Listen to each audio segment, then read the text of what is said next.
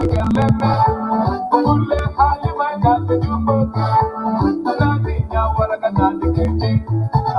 celebrate, Julio, Kalina celebrate, Ashana celebrate, Julio, Kalina celebrate. You mother in Mary Soviet, Permil Kabir, you ma, Mary Soviet, Permil Kabir. I am Nandi, Ladu, Pinati, Mama, Pinati, Market, Pinati, Unaka, Kule, Sijima, Nandi, Kuku, Ashana celebrate. Julio, Kalina celebrate. Ashana celebrate. Julio, Kalina celebrate. Belia, Matasawi, Mula, Combo, Basida, Babra, Kiga, Basida, Babra, Nandi, Panayan, Benati, Ukeda, Wabula, Sis, Benati, Angela, Bukule, Korea, Minati, Bango, Ashana celebrate. Julio, Kalina celebrate. Ashana celebrate. Julio, Kalina celebrate.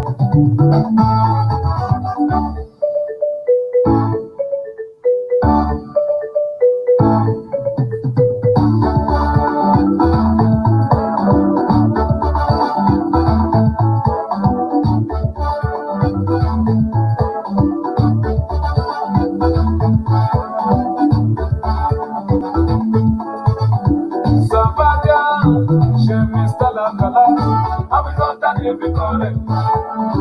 Salaga, Jable para Bigel, Anatani Mapicore. Yerkuka, Kalita Kumilo, Yashaba, Kalita Kumja. Yambe Hadia Junaleko, I mean Yambe Kuria Junaleko. Namsuku, Matala Bobe, Namsuku, Kawi Matala Bobe, Ashana celebrate, Julio, Kalina celebrate, Ashana celebrate, Julio, Kalina celebrate.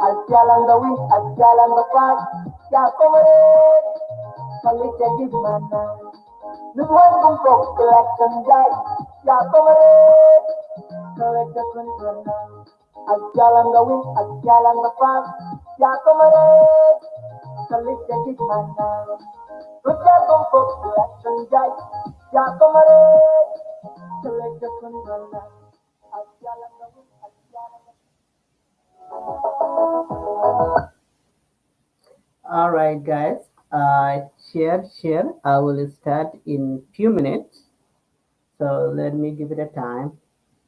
Please share. I know it is still too early in North America, and already in South Sudan it is July 9th. So uh, anyway, please share. And all I wanted, I want to put politics aside tonight. But if you don't want to put it away, I know Europeans are addicted to politics. That's fine. I will not choke you. But I really want to hear from you. What are your memories for the last 9 years? And then how do we move forward from here? What have we learned? And where did we go wrong? Can that spirit we had before independence have led us to next 3 years of interim period? Or maybe forever? But yeah, please share and I'll start in a few minutes.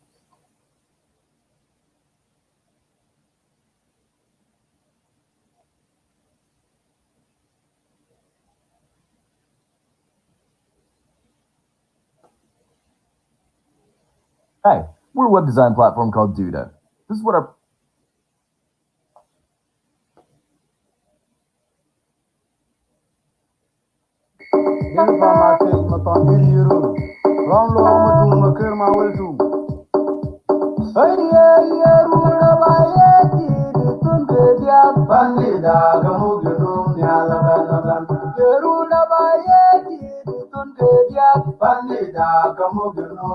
I don't know which song. I don't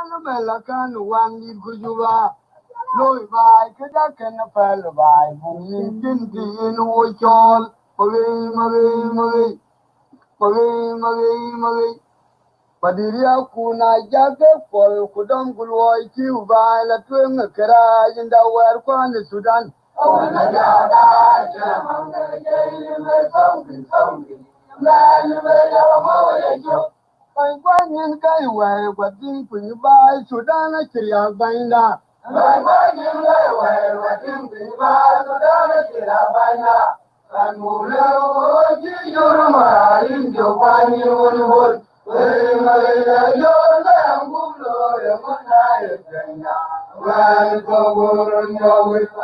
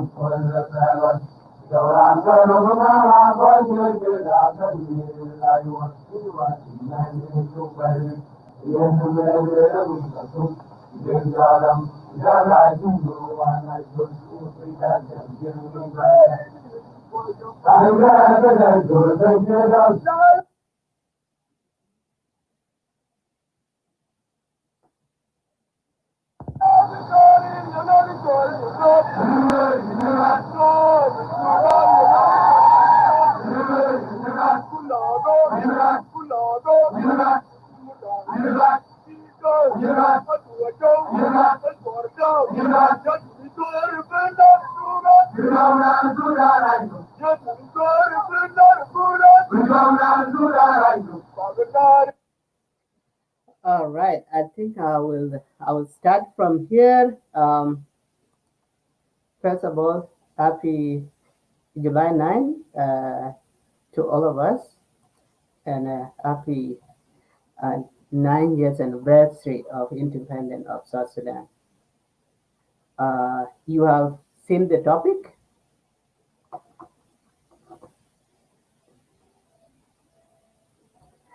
We are all free after all. We had our own country, we had our nation, we had a home that we called a country. If I had to ask my grandfather, I would have been like today, what the heck took us so long, so this long, that we are the last independent country in the world? Why? But hey, no matter how young we are, no matter how last we came, after all, we have a nation. Today is a simple topic. How did South Sudan achieve its independence? Can that speed uplift it has within the interim period?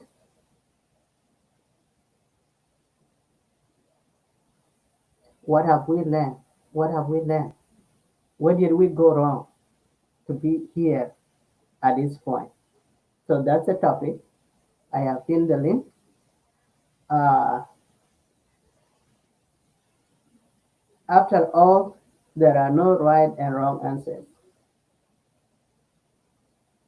What we have here is to find a conducive environment for having a conversation.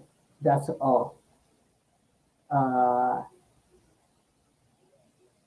Whatever the situation may be, uh, I won't mind for criticism. I won't mind for calling the name. But what I want you to do is call other people name regardless of their political affiliation, tribe, geographical location. Until then, let us fun. Oh, what have I learned for the last 9 years? To be honest, I learned that we Junupin, we are greedy.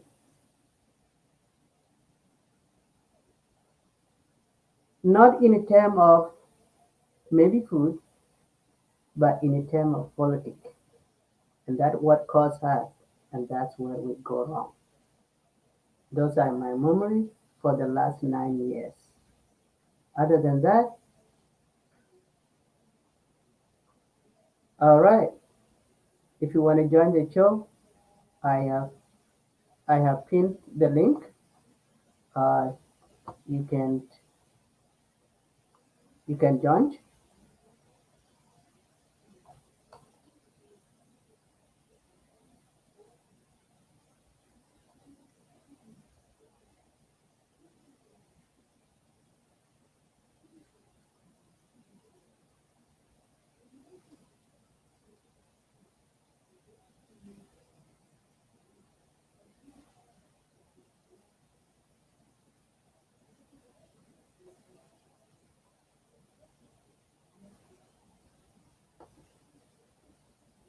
Create your next website on Editor X.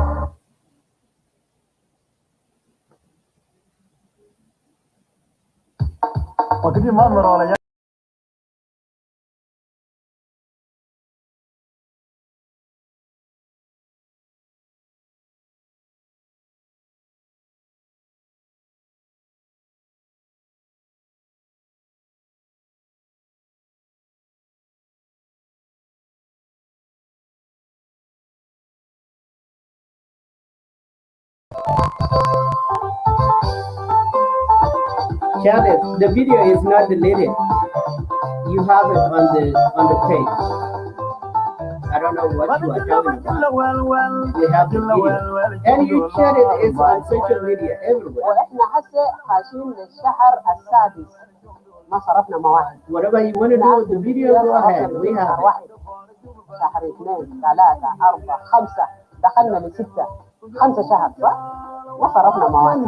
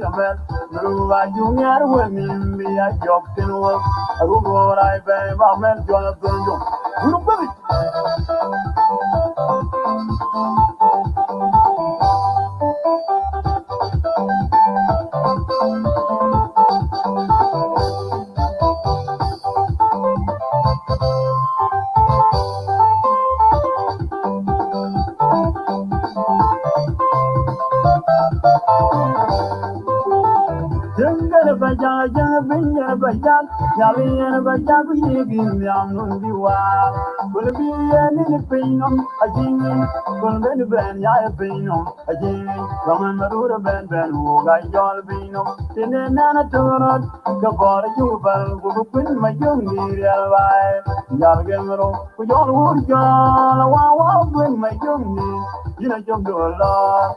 Talaga no more fun, why Yana well, could we loyalty? Don't you look one more move to the man, Ruba Junior when in me and your funeral. Who go I pay my man, Jonathan. Then a Bajana Jana and a Bajak, Dali and a Bajak, he be young, wouldn't be wild. Could be any pain on.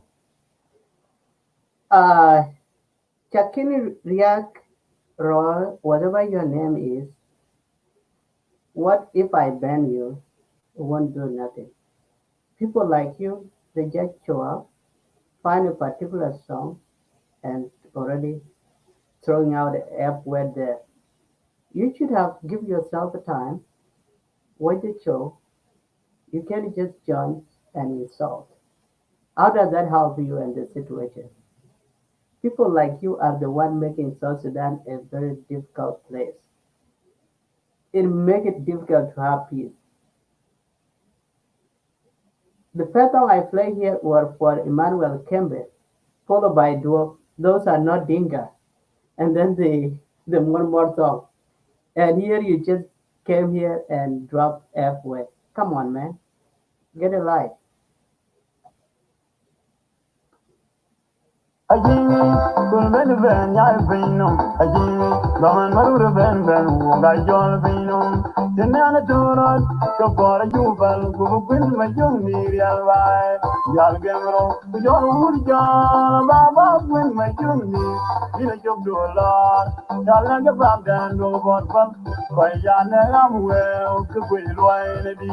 Yo jola burgor mukir mel, duruwa jungar wanim bi a job tinwo. Arugo what I pay, my men to the Congo. Who's ready? Marial,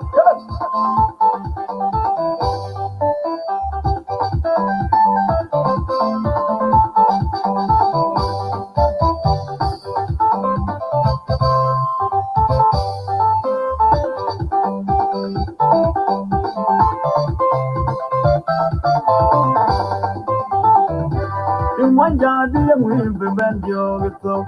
The good idea, what you do, ya. In that one, the young will be bent your so. The good idea, what you do, ya. The good idea, what you do, ya. We need a joro when we need someone. We young and when you're going, be young, you're going by. In another turn, the body you will come up with my young media. Yargamero, for your wood jar, wow, when my young knee, in a job do a lot. Yalaga Babda, no more fun, the Bayana, well, to be loyalty.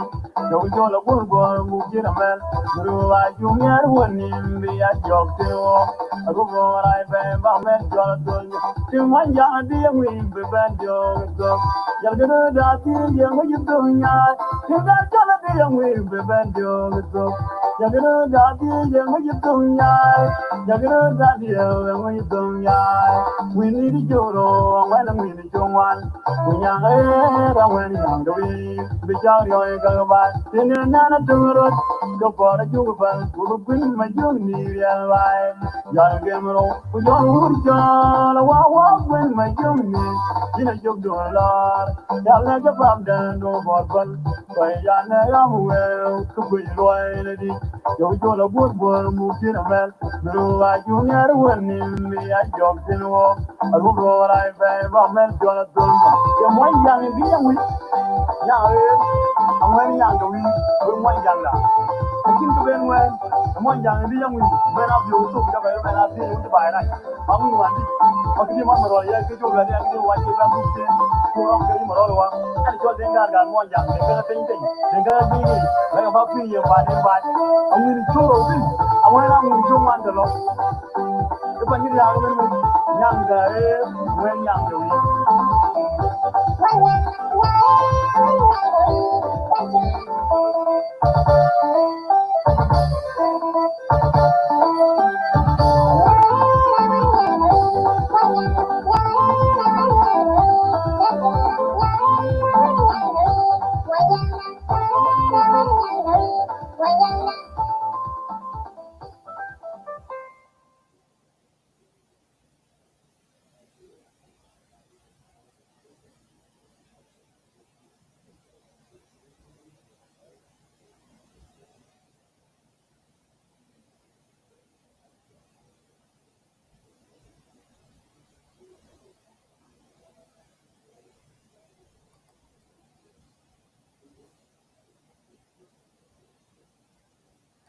All right. I think I have to at least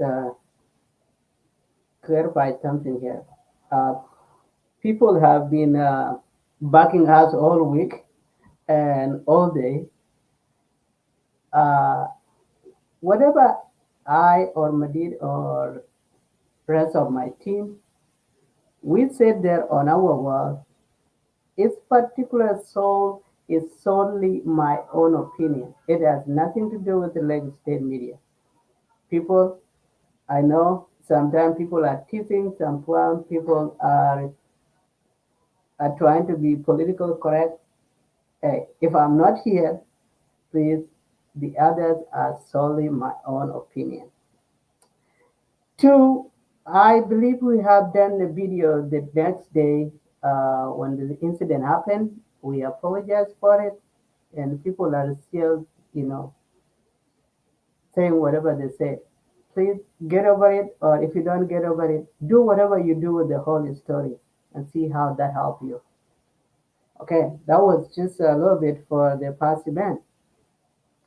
But tonight, what have we learned? Can the spirit that we had for independence uplift us? So,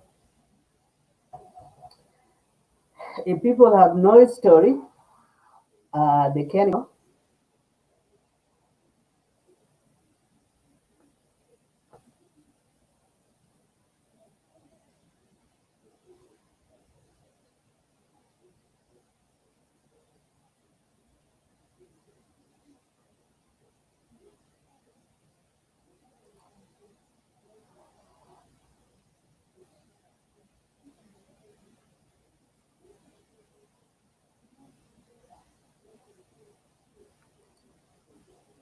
Uh, Absolutely. Or yet, the video were edited.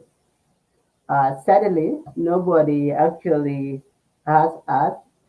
There is no reason we can refuse the video. The video can be shared, but at least for whatever reason whatever you want to do with the video, let us know, and that's fine.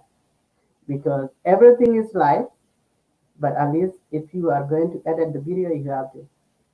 And I have been back all day when we actually say the VOAs, I mean VOA news were out of context. When I said they misquote me, whatever Chinquas was saying, the one I recorded the voice of Chinquas and said that was on mine. It would have been even interesting if VOA news would have actually reached out to me. I the one actually who was hosting the show. But unfortunately, they failed their It's own. 11 o'clock. Uh, so, and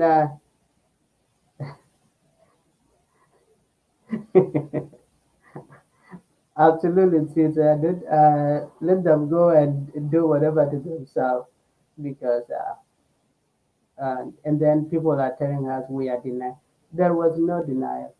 It's just what we are saying, the narrative of the incident, it has been misinterpreted everywhere. And that's okay. Uh,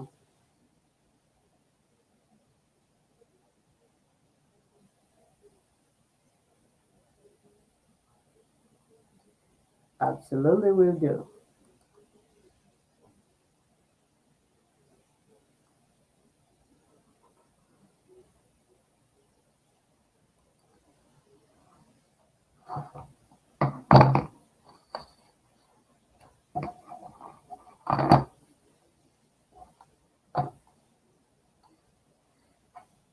Well, I said earlier, what I have learned for the last 9 years was totally a political greediness. That's that's the problem we have, and that what caused us, and that what we have missed for the last 6 years. I believe we did not have a patient enough. We did not study. our political environment enough because our political appellation actually was based on the tribal line. And whoever denies that, you are on different world. Look at how people line up on rebellion.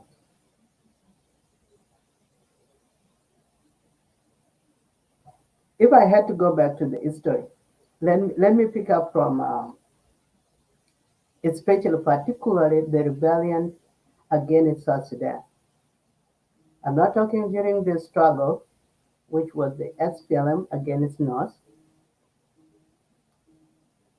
Uh, if you can recall, what is name Gabriel, his movement was all based on the tribal line. Its supporters were all from where Georgia Third was also based on tribal line. Most of its supporters they came from the same region. Maybe I would say Dinka. Here come the SPLM IO. I can say probably most majority they came from Nuer and then followed by the rest of Upper Nile region. That's a fact. Here is Somat Chirilo. Most of its supporters they are coming from his region.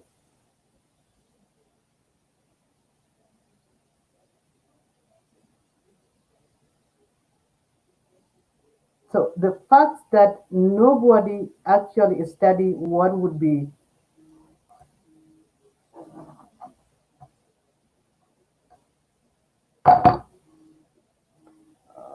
okay.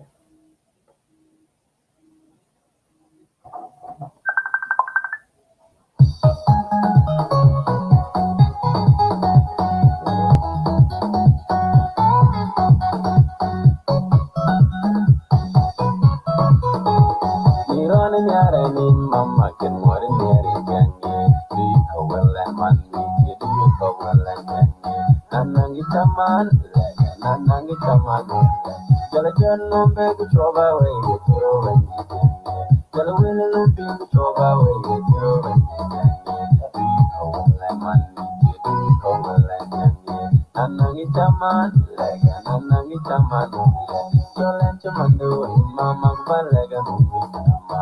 Jolen chumando jange balega nungi nama. Jange ini nyaro mandi baba butana. Ini diamond ya bio mama ini kejo taman jange. Ini diamond ya bio mama ini kejo taman jange.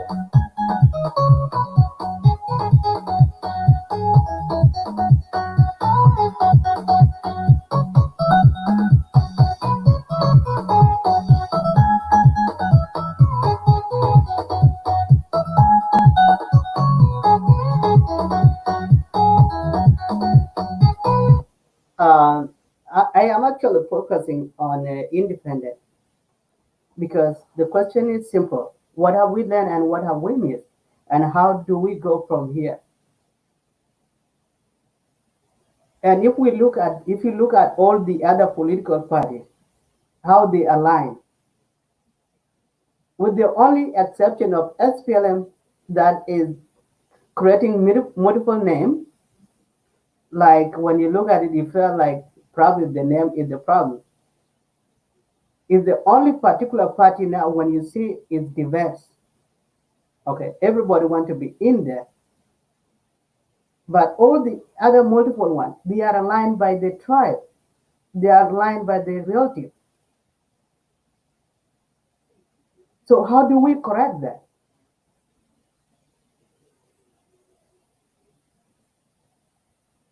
Because the SPLM stays strong together until it achieved independence because it was all of us as Southerners, not one particular group, not only one particular interest group, not only um, one particular friends.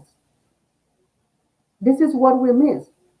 If we don't create, if we don't fix that, and having to align with our own relative, colleague, friends, then we still have a long way to go. With that, that's a fact. How do we fix that?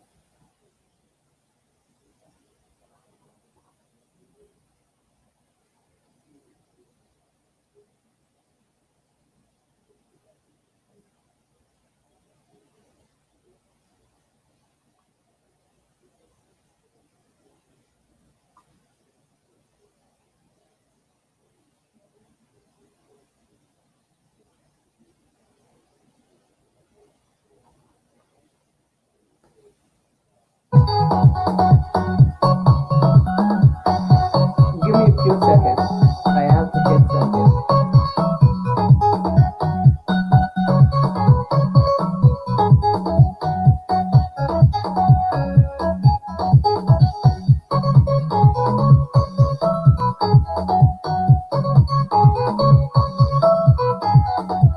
Iran Yaranin, Mama can worry, do you go well and money? You do you go well and penny?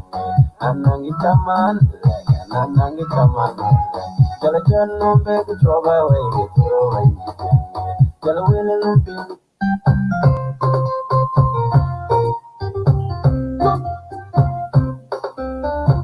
Kaparaka.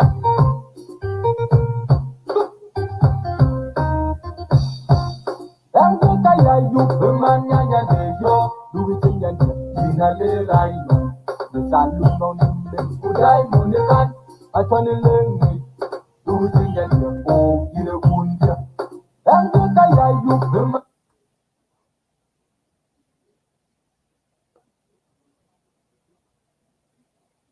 Let them enjoy themselves.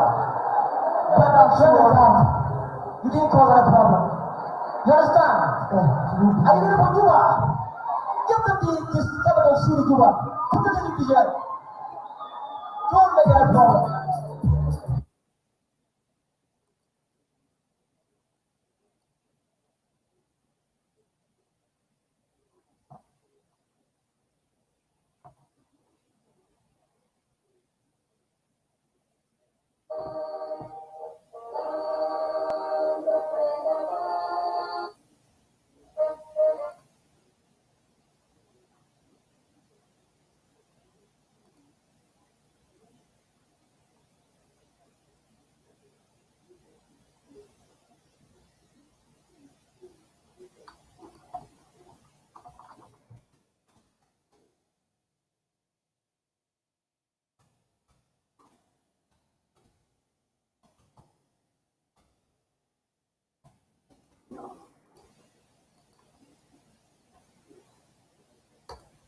All right.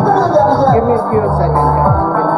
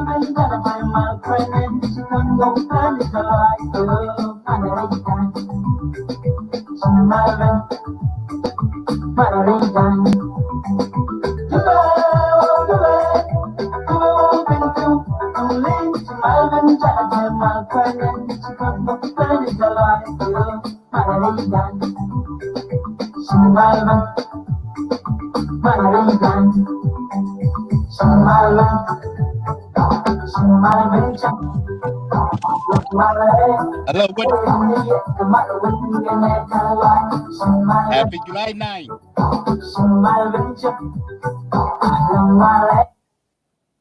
Hey, buddy. It looks like you are going to be Hey. celebrating the July 9 at work. Yeah, I'm celebrating at work. Yeah. Uh, Yeah, bring ice. oh, man. Yeah.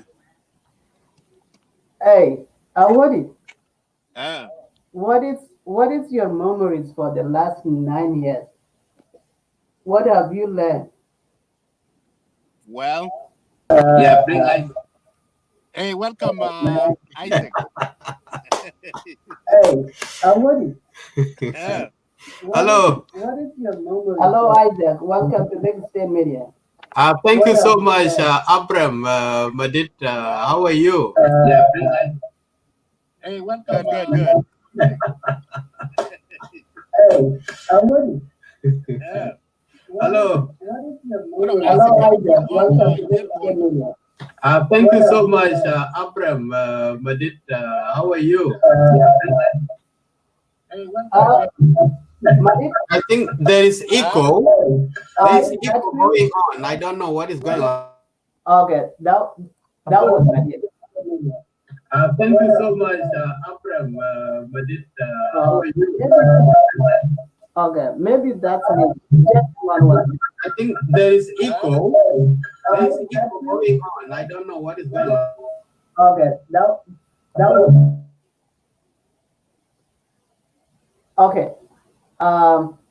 Isaac, it's you have two windows open. The one you are on and the one which is probably so it's causing echoing. Okay, Pardon? okay. Isaac, you are actually causing echo. It looks like you are having two windows open and the one which is probably so it's causing echoing. Okay, No, I'm using the cam one. I can't use the earphone. No, you don't have to have it. Do you have the two windows open?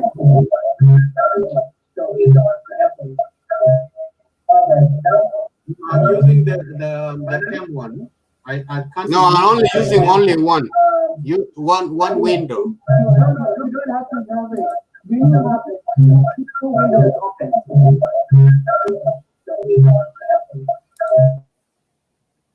So this is the problem. When I mute you, it goes away.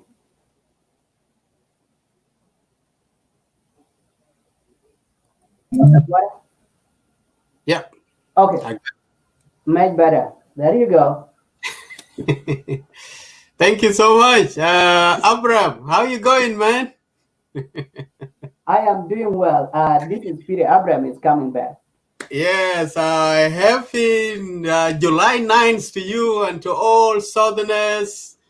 Today is a very great day, happy day for all of us to remember our heroes and heroines who sacrificed their life to get the independent of the Republic of South Sudan. So it's one of the great day. We will never forget, even if there are a lot of challenges, a lot of troubles on the road here, we still can come together and celebrate it. So thank you so much, Right. Brother Abram. Yeah, you're welcome. Yeah, it's really, yeah. Even though we are busy, it's good that we celebrate this day. It's an important day. Yeah, Isaac. Let me, because while I'm at work, I have a question for you. So, what are you know? So, what is like to feel like when the first time that you bought to get independent in 2011? So, how do you feel? What do you think? Its network is bad. Peter, can you guys hear me? Yeah, Yeah, I can we hear can you, hear but you. it's coming cut. But I Yeah. can understand. I will get the question. Go ahead.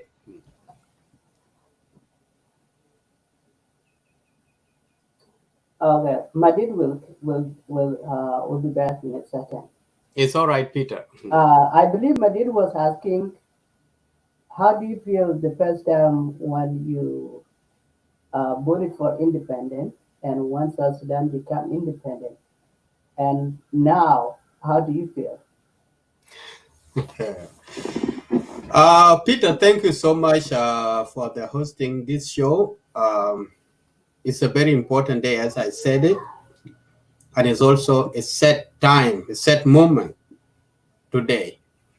Uh, the first time when we start registration first in 2011, no 2010 in Yeah, December. yeah, Yes. December. So I was not privileged in my state, which is South Australia, where I was living by then. We Okay, were asked to go to Victoria, another state, to go and register there. And this is where we vote. The task force, the SPLM task force by then, they hired about 9 buses to take us. We drive more than 9 hours to go to Victoria to go and register there. I was really very excited, overjoyed, but not yet. I registered myself. I came back with a card, and during the voting time, that was the most joyous day ever I had in my life. Like that, I have some clips, but the time is very short now. Some are still in video tapes. I will bring them out sometimes to come. So another time, I will play them here. Are the things that I have recorded personally. I'm using my camera to record the queue and the enjoyment going on in the bus. People are singing, dancing in the rain. The rain was raining that day, which is a blessing day. So we had a very good day of voting. Once I entered the house, the office, and I just vote for the separation. My fingerprint was taken. I still got that card with me. Let me, if you give me a second, I can open my door here to bring that card out and I'll show you. I'm still keeping it. Can you go allow ahead. me? Go Play ahead. music, please. Absolutely, I still do have mine. Go ahead. Yeah, play music, please. And I'm bringing in that one. Uh, I have put the link, please. The link I have pinned the link too, and I post it again. That what?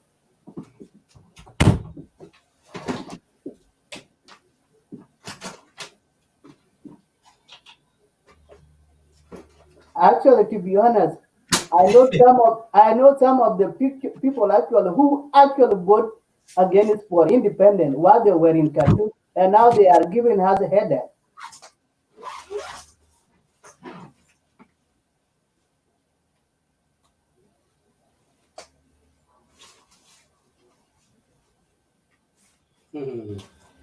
If there is a music, you can play music for a while, such that I collect all these my things here. I'm coming back for it. Here I got it. Ah. Hello, Peter.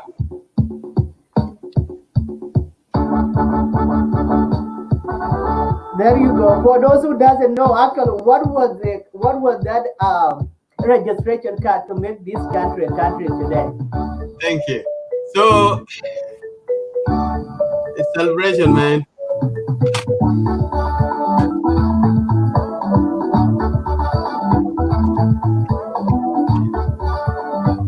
There you go. Let's celebrate. Yeah, one okay, man. We are celebrating. Shemi salam salam, I'm not done before. Salam ya, shani gadi bibelek, anatani ma before. Iyaba wal dugle na tukara, iyaba wal dugle na tukara. Anabitani nyandeng menati kerleme, kulle hali ma nyati jumbo. Nani nyawara kanati kiti, kulyo kanina sende. All right. Thank you so much, Peter. For Zamande, my brother, Mm. when I had this registration, which is RC, South Sudan Referendum Commission card, on date 8th of January. No. It's a reference number 0801007. That's my registration number. So Right. that day, once I had this card, was the joyous moment I ever had in my life. The second to the signing of CPA in Nairobi in July. Ooh, happy birthday to your son, Gabriel. Thank you. He's a lucky one. Yeah, me too. My son also was born on 8th of July, just only matter of few minutes away to 12 o'clock Oh, happy to be birthday to 9 him July. as well. He's Yeah. also a July He's 9 5 baby. years old today. He was born in 2005, run away, 2015. That day, as a community leader, by that time I was general secretary in the office. I was having some connection to arrange the celebration of anniversary of July 9, but by the same time, my wife was in labor in the hospital. Oh, no. So it was really a very terrible moment of my life. Happiness here, and when I see the situation that my wife is going through, and the happiness that I'm feeling, what will happen tomorrow? I was really in a very tight corner. But Yeah. thank God everything went on well. My And son was born, and and his name that was a great happiness. double happiness. Yes, correct. Yeah, so I Thanks had be to double God. happiness. I always celebrated July 9 as a double happiness. Even before I went live here in Facebook, just only about 20 minutes to to to celebrate this day, and it's also the birthday party for my son as well in the house, which I can reveal in my Facebook account later on. So my friend, Happy birthday to your son, brother. thank you. It's a great day. Yeah, to come back to your question, um, during that time we vote for the cessation of the South Sudan from North. It was really highly welcomed by the majority. The all Southerners, 99 point something percent voted for separation. And the SPLM, which is the party, was The- the only party that known by all Southerners and many people in the part of territories like Southern Kordofan, Jubal Nuba, Nabia, those who are also in the brink of way to join by that time, the part of the negotiation in CPA. Uh, we welcome that one very highly. By that time, when Salva Kiir raised up the plaque on July 9th, the world really celebrated it.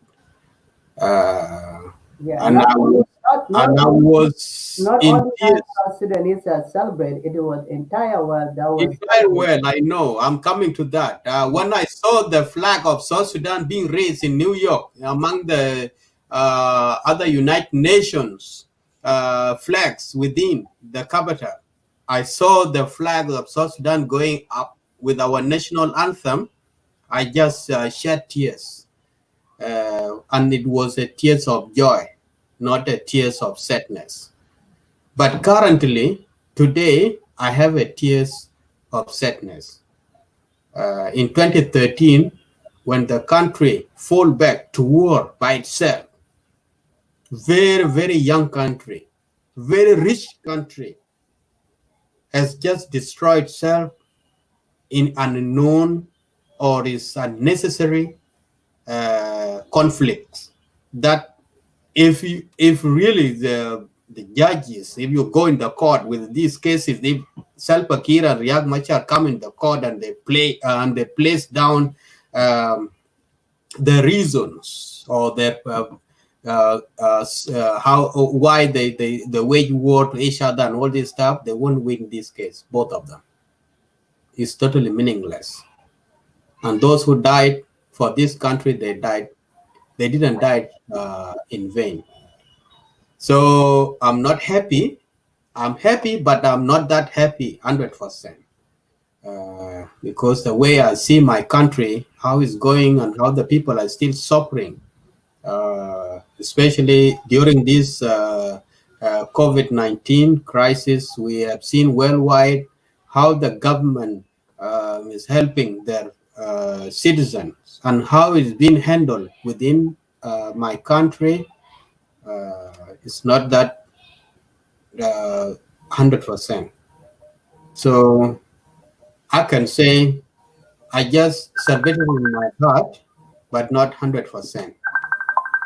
Until we adjust ourselves, we accept the problems we have, we come back to join hands as we were liberating this country. This is where we can win this country and we will celebrate the war correctly. So the viewers, that's the message that I can give. We need to pray hard and we need to work hard as well to abandon the hatreds that being preached in social media against each tribe. We need to abandon all these things and we come back as South Sudanese, and we were Sudanese by then. That's the message I need to give. We are South Sudanese, 64 tribe. Nobody is not a member, and nobody didn't die. No one is not suffered during the liberation of this country. So this is the message that I need to share with you today, to come out and just forget of this nonsense going on in social media. Equatorians against Dinka, Dinka against Nuer, Nuer against Equatorian, Nuer against Dinka, or against what tribe? No, we are not that thing. When we were fighting for this country, we were only one country. We were looking forward to change the whole Sudan. That was the vision of John Garang. They call it New Sudan. So the New Sudan that we fought for during the CPA 6 years interim period, they were set specifically to show how we can attract unification or how we can attract separation. Those 6 years has finished and we haven't seen any unification that being supported much. So majority has voted that it's better to try and remain by ourselves and to be a separate sovereign country. This is where we got this independence of South Sudan. So why, again, we fight each other? If you didn't get the position in the government now, you just go in the bush, you say the government is corrupt, the government is belong to this tribe and all this nonsense. And if you are appointed to work, you praise the president, you praise the government. What is that? It's shame. It's shame. So let abundance, hatreds, hate speeches on the social media, and we reconcile our leaders. Let's condemn them. Let's condemn all the corrupt leaders in Juba and corrupt leaders in the work. Hello, Peter. Doa Largin. Hey, Isaac, how are you doing, my friend? How are you? I'm good, thank you so much, Doal. Okay, very good. Thank you. Yeah. So this is the message that I'm passing to people to unite, and we condemn uh, the hate speeches that going on in social media, and we have also to work hand in hand. If we united down here, the leaders who are now corrupt and in Juba, they will think one thing: either to get out in the office, or they will work according what we need as the citizen. Why they are there? They are there because of us. They are not there for themselves and their families. So that is my message, Peter. Can you thank you so much? I appreciate the time you gave me. I won't be last long here. I will be going for the work shortly, but just enjoy the moment. Thank you, Brother Isaac. Absolutely, actually, congratulations yourself. You are going to be having double celebration for the rest of your life, and that's Yeah, okay. thank you. That you are lucky enough. Yeah, thank you. Brother Don Larkin, welcome to Lake State Media. Hello, Peter. Hello, how are you doing? Good, how are you? Yeah, I wanted to go to straight. First of all, I wanted to greet the people of South Sudan and my colleague Peter Kenya and Isaac. You know, it's been some time I haven't seen you. That's great to see you here when we are celebrating our Independent Day. Thank you. It's really a great thing. My name is Dolarjin. As many of you know me, the next presidential candidate when Riek Machar and Salva Kiir actually Good. exit power in South Sudan. I think today is really a very great day for all of us, and I'm very happy that Peter has actually empathize on this, because by asking question, how did we arrive up to our independence, is very important, and I'm going to talk about that in a little bit. So first of all, the day, is very important. It mark a special movement in our heart, in our spirit, that we were actually separating from the Arab. And the Arab are the one who marginalized us in South Sudan. So for this day, it like when we declare the separation from the North, which is the Arab totally that has fought for so many years since Anyanya 1. So that is the most important that we wanted to remember. Okay, and we needed to remember that we actually arrived to this day, or to our independence, simply because we voted in January 2011. Everyone voted. All the South Sudanese, they vote. Whether you are in diaspora, you voted in diaspora. If you are in South Sudan, whether in Afanal, Equatoria, or in Barghazal, you voted. And thank you. That is the voting. That's what it means. And that is exactly, that explains how we arrived to our independence. Okay?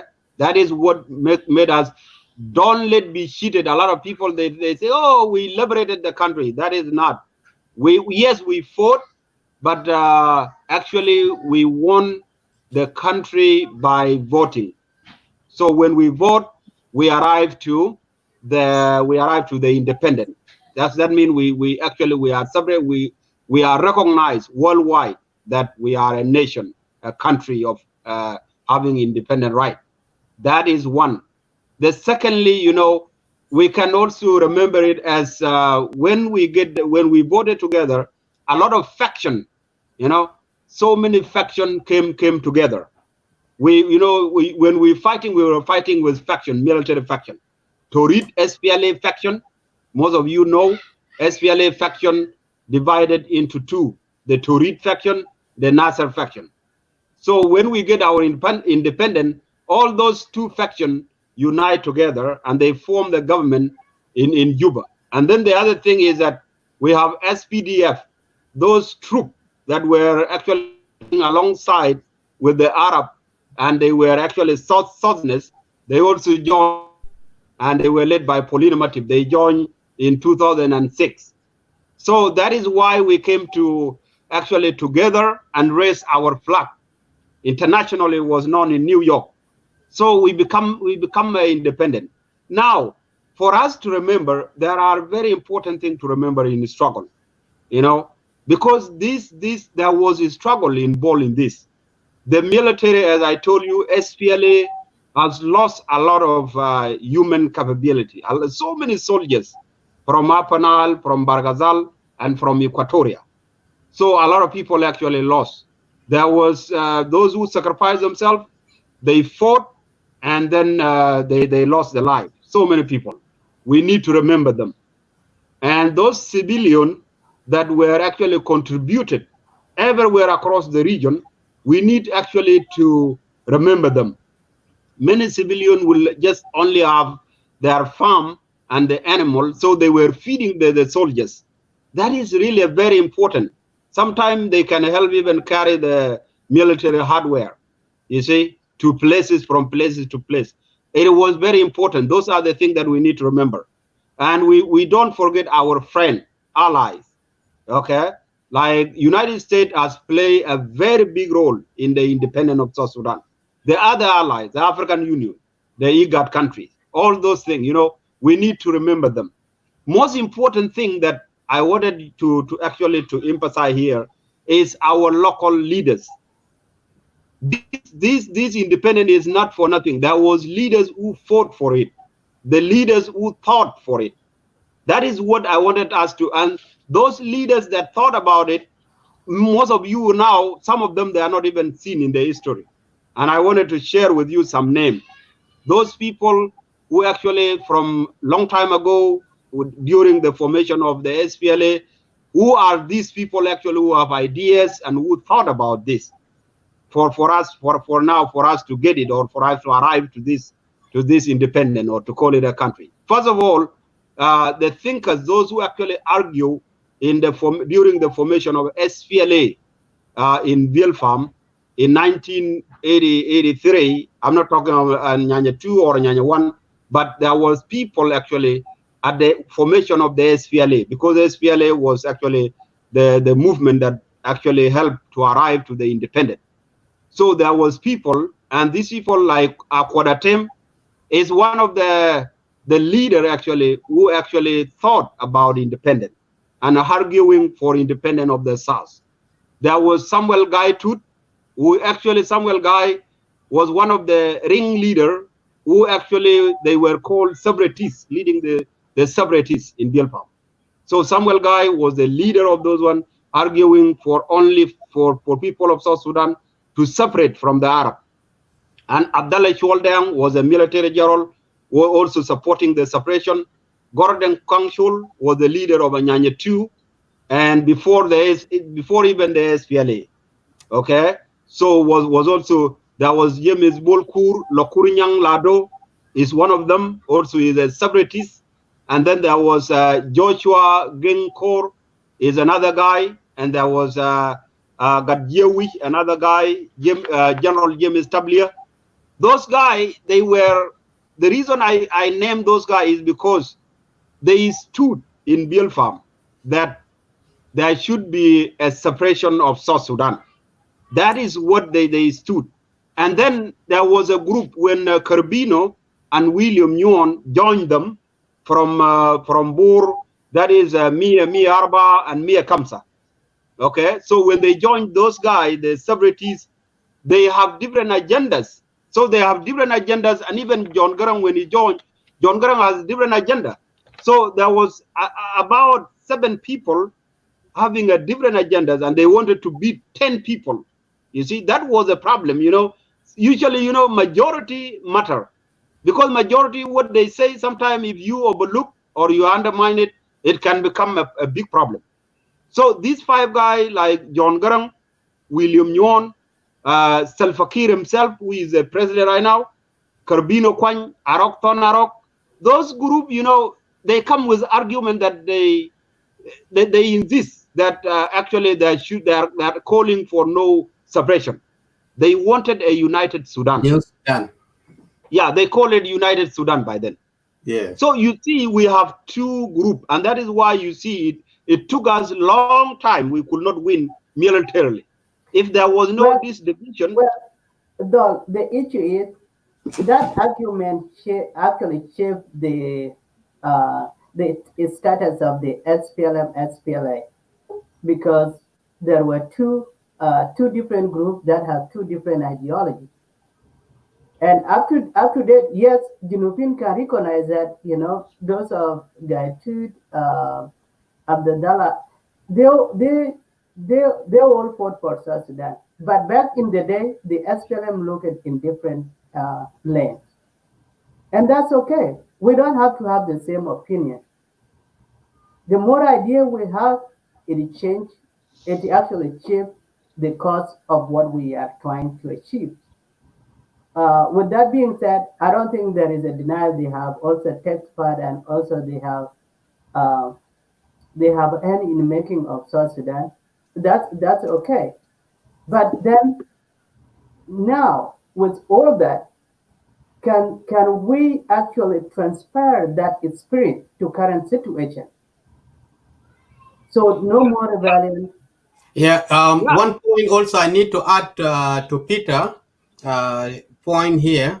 okay, When those five, when they were having idea of bringing Sudan to fight for the general of Sudan, not the South Sudanese. Ga pal gat kwat ding mala magwad yeah. mal magwa Jonathan.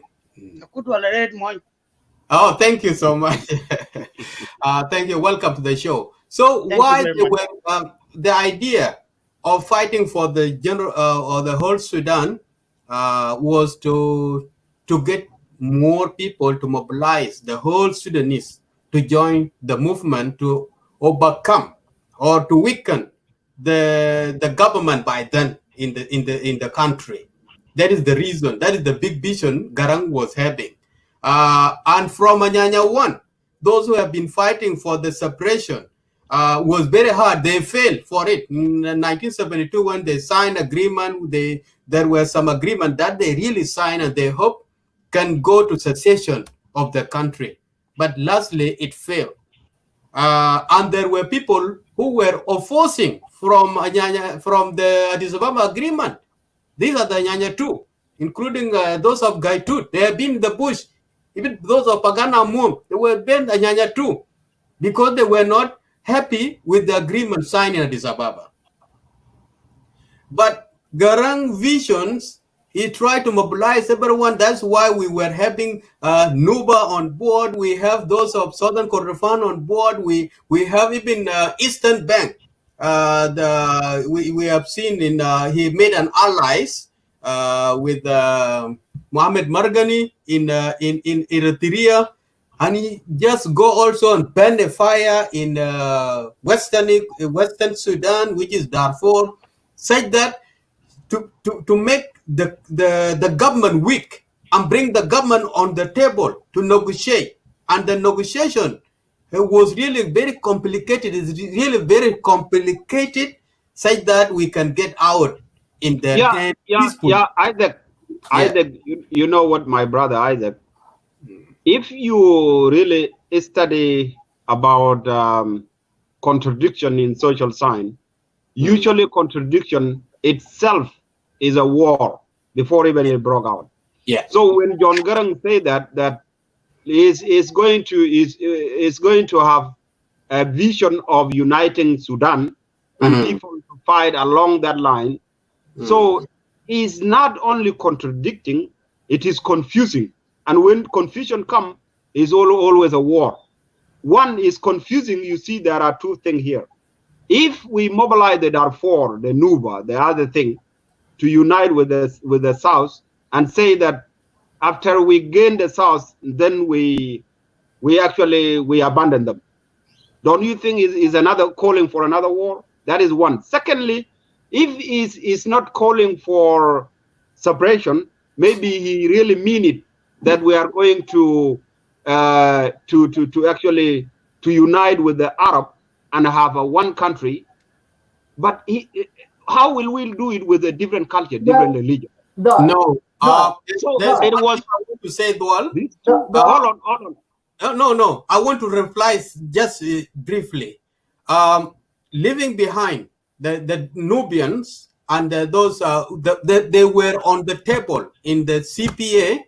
Only the country itself and the current leaders are the people who has destroyed their referendum to decide where to go. Whether they shouldn't be in war. Nuba wouldn't be in war. Abiy wouldn't be stay in South Sudan if Garang was alive. I will tell you this. If he was still alive, all these things that would have been done accordingly. They have signed the CPA, the 7 packages of the peace agreement. They would have come correctly to that present. But our leaders, they didn't give us a chance. They didn't give the citizens chance, and they are also weak in giving pressure to the government, who are partners of the peace by that time, and they look for themselves. I need to be a president. I need to do this. I need to eat. And that's it. That's what I need to add in.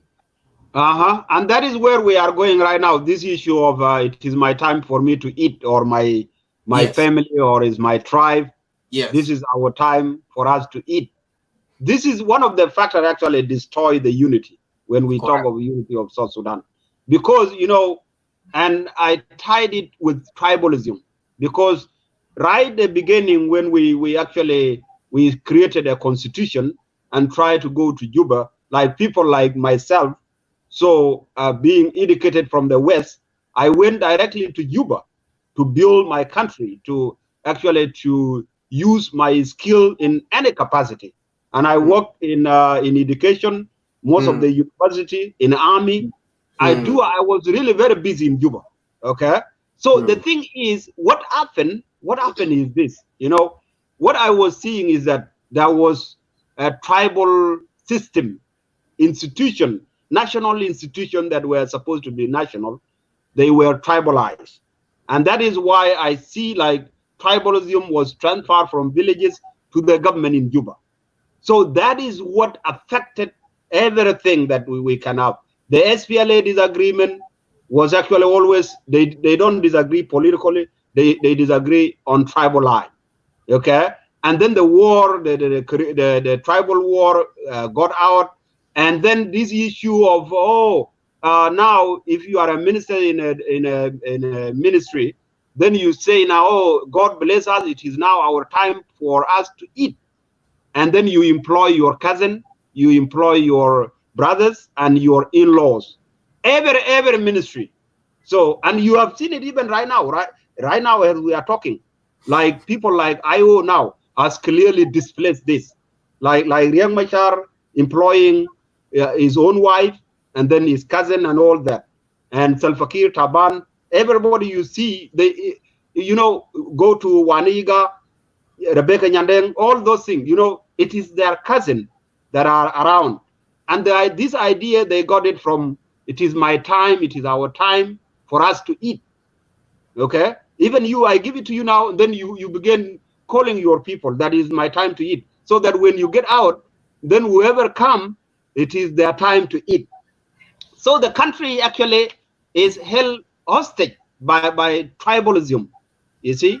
So every time when and then there are those things that say, okay, the liberation, the liberation now, those who are like you now, maybe you are from Jeshamer.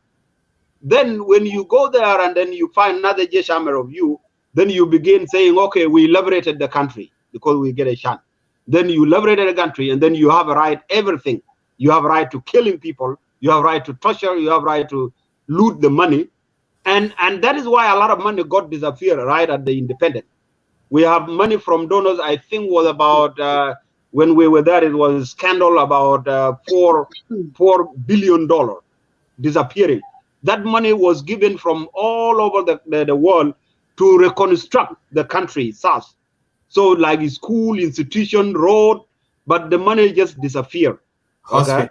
Yeah. And then there was oil money from Khartoum that were just mainly for army, almost 60 billion. They were, and then I think they disappear along in Uganda. So a lot of things, man, a lot of things happen in the name of. Okay, Dol is all right. I understand you, and that's the message that I was passing before. We know all these things which has happened, and I'm Yeah, requesting because social yeah, media. Listen, social media now is promoting the hatreds, and we supporting your uncle. You support your tribe men and all this stuff, but we never work. We never bring change to our country. It needs we need to unite down here and we condemn them. Like the statement you have released here, and I and you, we just hold hand and we condemn all these things. This is where we will get the change in our country. yeah, and that is why, yeah, very good. Isaac, you actually stated something very good here. And it's like, if you go to like Billy Luke, Billy Luke is one of the popular youth activists here. He actually endorsed me for the presidency in the next election. And that is where actually we need a spirit like that. Okay? For us. Look, I've already endorsed you. Yeah, he already endorsed me. And it's because of, we are talking of, like what Isaac saying, is because my platform is to end tribalism. Because we have seen tribalism is the only issue here. Like what you are seeing, the hate speak now. Equatoria are beginning, now they are making the Denka and the Nuer to unite against them because of hate speak, you see. And then everywhere, Denka and Murle and Nuer. You see, that is what we call tribal. Even if Salva Kiir and Riek Machar make peace, they will always be in war. Tribe will be always in war. So that is where we wanted a leader who understand tribalism and who understand the solution. Because my party, Billy Luke, I got 5 minutes. I'm going to work, my brothers. I have 5 minutes at 2 o'clock here. I will be locking out because I got a work to go to. Just I need to hear from Brother Paul if he needs anything to say in now to contribute. Yeah. I wanted to summarize this. This is what I'm saying. That all this we know we have a country now. It will never be reversed back. It will remain a country. But we have problem. This problem is only one problem. Is tribalism. Is the one cause all this. And the solution to this, if we really wanted to get out from here, is to integrate the administration, integrate the fighting tribe. And what I mean, people don't understand me. Even this one, you can give it to Salva Kiir or Riek Machar. Simply what I mean is like now they have 10 governors. So these 10 governors, every governor is sent to his own tribal state. So for me now, if I sign a peace agreement and go to Juba, what I will be asking is to actually to integrate all those governors has been appointed. If you are appointed in Jongle, then I will take you out from Jongle. I will put you somewhere else that is not your tribe. And then I will bring another person from somewhere else and bring him here. All the commissioners, the police, the military. And this one was tried by John Garang. It's only that he did not do it for the commissioners. He only did it for governors. So now, if you guys actually try to put me in office in the president of South Sudan, those are some of the things that I'm going to sign within the 10 days in my office. And they're going to work. So, and then the tribal thinking, tribal hate or tribal revenge, they will die off. You will never see them. So that is what I'm saying, Isaac, and thank you very much. Brother Paul, I think you will, I'm glad you are here. So thank you very much. I'm done here. Thank you very much. Thank you. Thank you, Dol. Thank you, Brother Dol and Brother Isaac. Paul Gadkwas, welcome to Lagos State Media again, and happy July 9th. All right. Thank you very much. Peter, how are you? I am doing wonderful. All right. Thank you very much. So, actually, I would even want to, to start from the last day we met. Nothing went wrong. Lagos State media were doing the rightful things. Whatever went wrong is not your fault. So I really, I apologize to the audience, even if I was not even a person doing what happened. So this is how it is. Thing happened for good reason. So it was not a intentional, thing that media have done it purposely. So you don't have to mind your, you don't have to be worried that for what happened that day. So we have to go and we have to go forward doing a good job. So today is our independence, our country independent days. It is good days. I'm not regretting for independence of Southern Sudan. We all fought for it, and we voted for it. Dr. John Galchini Yomdak, El Mituma, Ikumpi Wahago. Country or community has been, it lived for a long time and will still be there. Individual will come and go. So today we are independent countries with flags, and even if we are not heavy, we achieve the biggest goal, which is our independence. Independent Majai Circuit.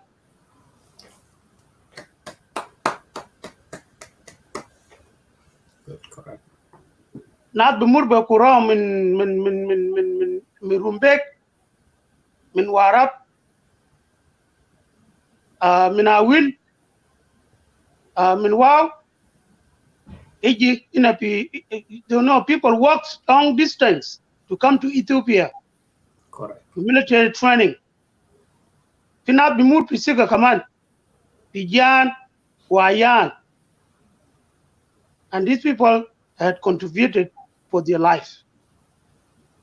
In military training, also, not everybody made it to be graduated from the camp. A lot of people have died, so I have witnessed from the camp. And I want really to congratulate them in Bonga, where their born remain, and Bilfam. They did not come to, to Bonga or Bilfam for their own business. They came for the cause which is our country today. So I would like to congratulate those comrades, people who have died along the process. I would even extend my congratulations to God Bitana, Dr. John, William Nyon, Kervina Kwan, Roxana Arok, and others, the countless individuals, the heroes, people who left their family, their business, to come to Ethiopia for military training for the purpose of being and free people, which is we are enjoying today. They did not die in vain. And may God bless them, please. Thank you so much. Thank you so much. It's now 2 o'clock local time. I'm going to go to the work. I will be listening using my headphone in the car. I leave you to go ahead. But I request one music. Peter, you play Emmanuel Kembe. Let us praise our freedom fighters.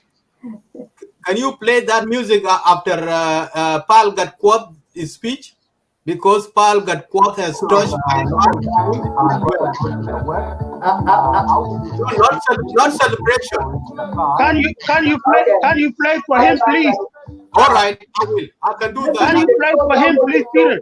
Okay. Thank you.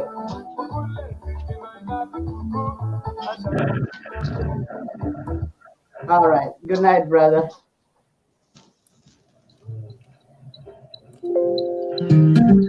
All right.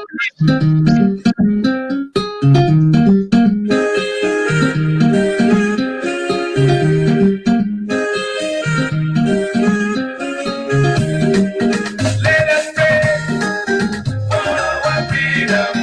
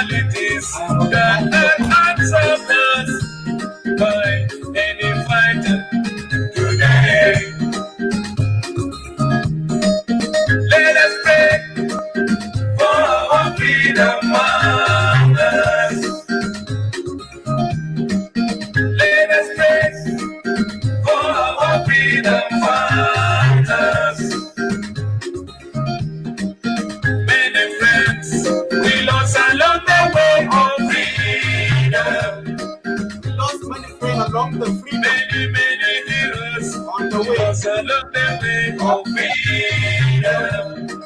Let us honor William Okay, brother Isaac, Yes. I'll let you go to work.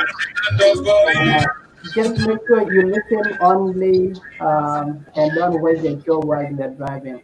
All right. All right. All Thank right. you so much.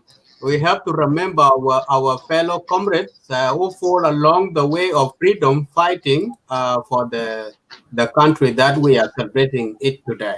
That's the reason I played that song, because Emmanuel Kembe was praising those who fall along the way until we reach the day we are in today. Thank you so much, everyone, the viewers, Bolarol, Pal Gatkwat. Thank you so much. I'm just logging out. I'm going to work. I would have been with you if I'm not working today. No Thank you. problem. Peter. Bye. Bye. Bye, bye, bye. Bye. All right. Let me continue, Peter King. Go ahead. I'm not even. I will not prolong. I will make it very short and brief. Actually, we today is not even a day for for cursing one another's. Not even a day for bringing all tribal things which we have and which is destroying, which are destroying our country. So we want to remember how far how long did it take us to come to this day, and we have to. Of course, I did not mention the comrade, the fellows who are ruling the country today. I did not forget them. They were there. Comrade Salfakir were there. Dr. Machar were there. Uh, Other people, and Jinruwana were there. All of them. Paganamu were there. It was a collective effort for all individuals, people who fought along the line. That's not even matter what you were doing. So it was a job that one person cannot do alone. So I would even want to thank our local grassroots community, the civilian who were feeding the movement, innocent men and women who are cultivating their crops and rearing their cows to support the movement. These people were the backbone of the movement, because any movement which is not being supported by the grassroots, that movement will die down alone within a few months. Individual fellows, people of Southern Sudan from all tribes, they have contributed from their own heart, so from their own blood. These days came because people have done a lot of work for it. The third one that I would like to mention, it was the day when we went for a referendum. When we went for a referendum in 2011, I was here in the United States, the city which I live right now, Lincoln, Nebraska. What I did that day, so I made I took a day off from my job, and I was assigned by the comrade whom we were doing a referendum thing together, and I volunteered to be a driver. I was picking up people from their houses, all women who do know how to drive. I made myself busy driving them to the polling station in Roma. It was a snowing days, and it was really, it was a snowing day. So we worked really hard. Our people, queue up during the snowing time without even hesitating. Even they did not even care about. They were, the cold weathers. They took it from their own heart, because it is something that brought us here to Western world. Yeah. I did that. Me and one of my comrades, Anama Bar Waladas away. The word is Gabriel Deng. Gabriel Deng da word mina waladna من Lake State. أنا ما بعرف Gabriel Deng Lisa Godwin is still alive or not. I didn't meet him for the last, couple years, last 7 years or couple years. I didn't meet Gabriel Deng, and would have been. I want the people who have known him that Gabriel Deng was a good guy, a committed person. We contribute our time driving people for 2 days, and to make it very clear that everybody vote. So it was a sacrifice which I made lastly for independence of Southern Sudan. The reason why I say that I would not even want to curse somebody today, because this day is a very wonderful day, a day that even if you are in your own house alone and you are still alive, comrade, you need to celebrate it with a good spirit. People come and go. Even if our heart is being broken today because of SPLM failure, because of SPLM leadership failures, there will be a day that we will fix this situation and we will come together as a community, as a country, and things shall be all right some days. It was that day we remember when our charismatic leader, Dr. John, passed away. We all broken down and with a tear, with a broken heart, and and then we did not stop there. We move forward. We move forward, and we achieve what we have been fighting for, what our comrade died for. And today, even if some people are, destroying it, they will not. We will come back as the people of the one country, and whatever even I would want to let my fellow comrades to understand. Let have a patience, let have a heart of unity. Nobody know about tomorrow. Salva Kiir said it someday when I was watching him being interviewed by a Kenyan journalist. He was telling people that I did not prepare for this, to be a president, and even I never had a dream to be a president one day, but God made it to happen. So things happen for a reason. Everybody has his day. If your day comes to lead the nation, do the good thing that people will remember you for, instead of tribalizing your country, looting your country money, killing your fellow country citizen, and this will end you up with nothing but hatred, and your name will remain as one of the bad people on the earth. People who have done wrong thing to their country, they never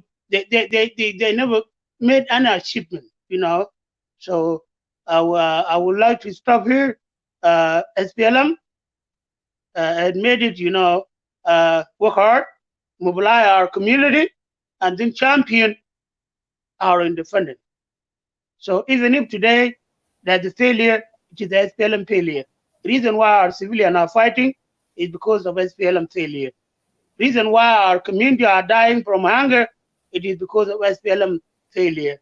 Reason why our people are, leaving the country and living as the refugee inside the country, outside of the country, it is because of SPLM failure. And it is something that nobody can deny it. Nobody can deny it. So this is a true story, and it is happening right now, but they will come when this thing shall be a past history. And whoever will be living among us will be telling Israel that one day there was this, one day there was a man called Salva Kiir, one day there was a man called Dr. Machar, one day there was a man called Jim Wani, Mama Nyandeng, and others. So there's a time for everybody. So my message to them, comrade, Salva Kiir and others, Dr. Machar and others, please, your time is almost come to an end? Can you do good things? Can you forget tribalism?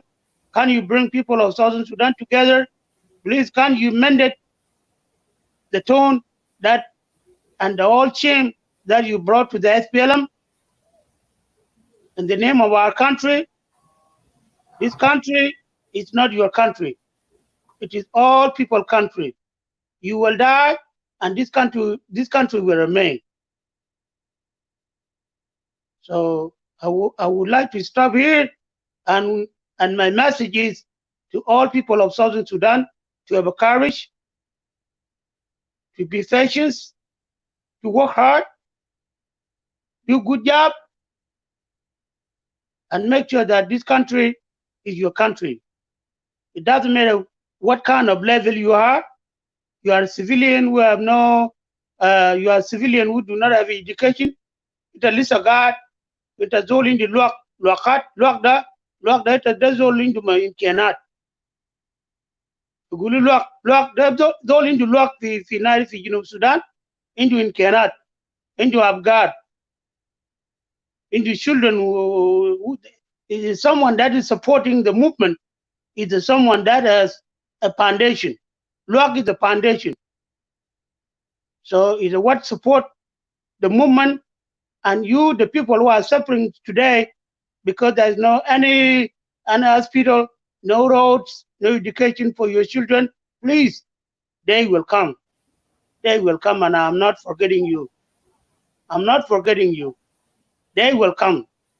They will come when you will be enjoying the fruit of your hard work, the freedom you have been fighting for. Thank you very much.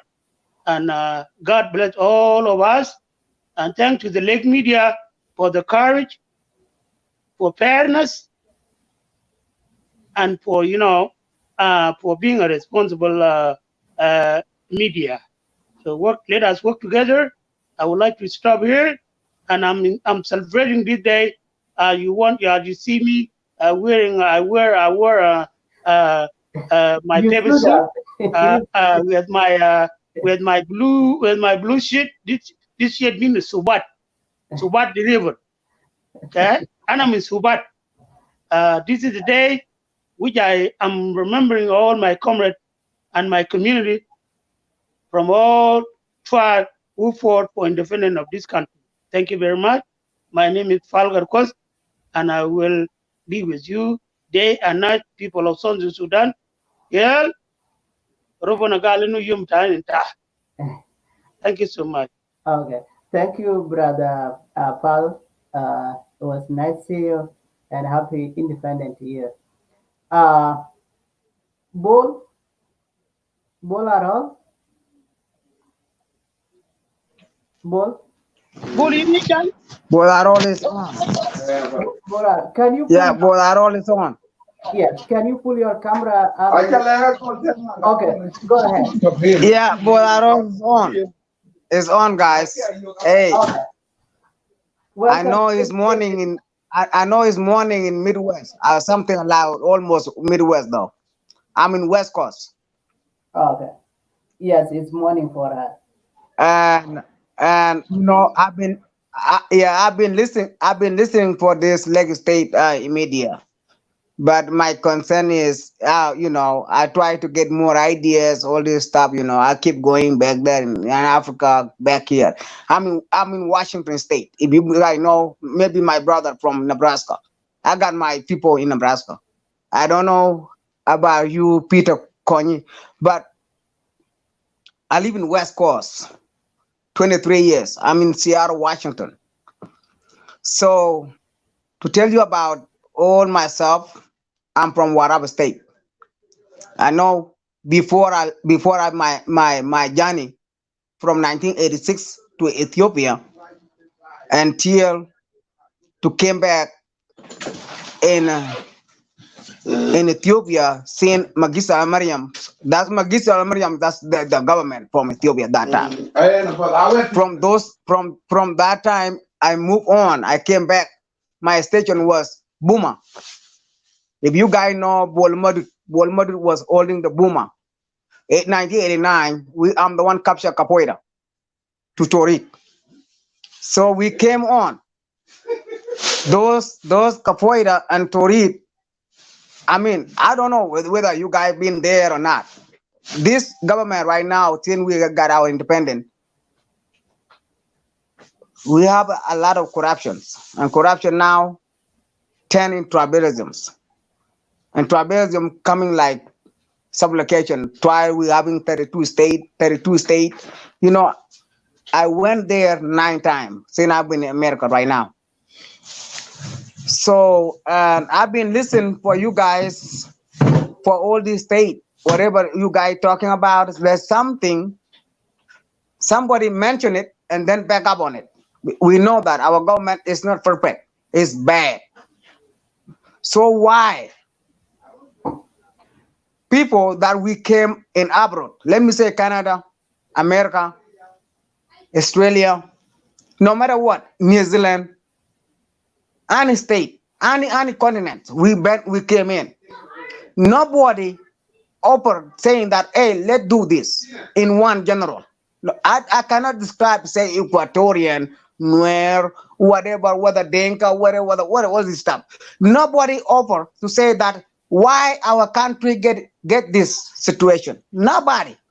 What we do, what we learn now is only to separate ourselves. That's what we do. But I never even hear nobody saying that, you know what? Anybody doing this. The word came out in 2013. I was there in 90 days. I came back again. I went to 2012. The war broke out again. In 2012, I was there. There's no reason why we kill ourselves. We have our own border from Old Sudan and South Sudan, what's called Jinubin. Right now, it's not even solved. Abia is not even solved. Some part even in a Unity State or Rural is not even solved, and we're killing ourselves with no reason. Oh, let's say this from now or yesterday. We have East Africa community service that we have, like South Sudan Sanya point. They need $35 million. $35 million. Did we have our road? No. Do we have a school? No. Do we have a hospital? No. Now we're fighting for what? Now we're giving away, like saying that, okay, we have to sign up for East Africa communities. For what? $35 million. Okay, we have like IGAT. What is IGAT? We have to pay $9 million. $9 million for IGAT. Did we fix our road? No. Did we fix our community? No. Our people are suffering. How many people outside in Kenya, in Ethiopia, in Uganda? You guys think about it. Think about all this stuff. Now we're talking here in the United States. We're talking here to be a community. Tomorrow, we break up. Why we have one community to do one things and choose one thing? I know Salva Kiir will not be a president until he die. Never. Never. Riek Machar will not be a president until he die. Never. How many countries? In one country, do you have like vice president? How many vice president in the president? Bolara. The issue here is not that we don't know whether there is a problem. There's a problem. We know there is a problem. How do we go about it solve it? Now it's independent. The question is simple. How did the SPLM actually achieve the dream to have a South Sudan that we have today? Okay, for the last 6 years, when the war broke out in 2013, yes, what did we miss? Where did we go wrong? And how do we go from here? So, as you Bolarod, what have we missed and where do we go? How did that spirit imply to the next 3 years for the interim period? Now we know what is not a solution. It's not a solution. Thank you. Anyway, I'll let you guys go. The lobby is full, and I will bring you guys back if you guys want to join the show. You have the link. Let's celebrate this day. It's a great day. It's a wonderful day. I will Thank never, you. I will I never us- regret I the brother invitation that brother way. Peter. I usually enjoy this July 9 in Juba. So today I'm glad you guys join.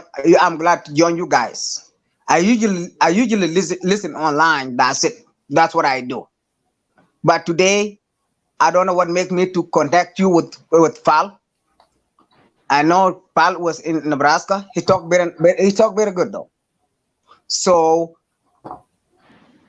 my question, that's what I said. My question is, if you and a guy raising it, when we gonna be united and pick this country? When? That's my question is, when we gonna unite it and pick this country? Good I question. know my question will be stupid though, No, but it's not a stupid question, bro. It's a good question. So uh, the host is asking us, what do we miss? We have independent. What do we miss? And where do we go from here? So what we miss is the unity between us, unity of purpose. We need to be very, to be very wise and tell the truth. I've seen you. You talk now. You talk in your heart. You talk in your heart. So uh, the reason why there is no unity among us is who brought it and who caused it. So all of us come from individual family, from individual sub-clan, and even from individual tribes. So it's not even a shame. It's not even a shame to name ourselves tribe. I'm a Noor. I'm proud to be a Noor for my life. I'm Southern Sudanese. I'm a black man. I'm proud to be a black man because God made me to be a black man for good reason, to be South Sudanese for good reason. So what we need here is telling the truth, saying no to the people who brought shame on us. People who brought shame of us are individuals who are seeking being rich in the name of tribe. thank you, brother. Thank you, brother. Let me finish it. So now in our country, people All are right. not celebrating like you said it. People are not happy. Our local community are not celebrating. Anuna akwana del galinu ma fi buruj. Kazabin minu. Mhm. How much money? How much They money have. do we have from our own revenue? Well, Over 800 million a month. And how many population of our country used to be 10 point something million? 11 million. Okay, made it 11 million. 11 million versus okay. 100 million a month. Got what, Lower guys? is, yeah, let me, I want to comfort my brother. My brother, I'm running out of time. I will bring you gentlemen back on the second segment. okay. Hang on there. We'll take a break for a second, and you guys come back.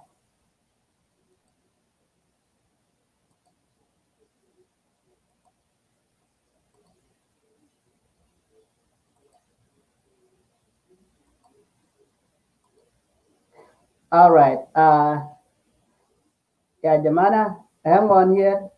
Give me a few seconds. I have to bring someone in, and hang on tight.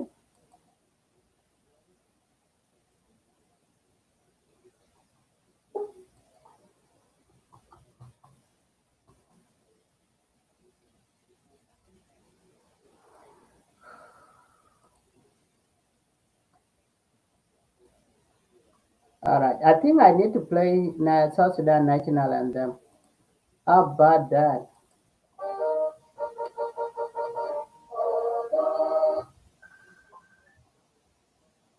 130.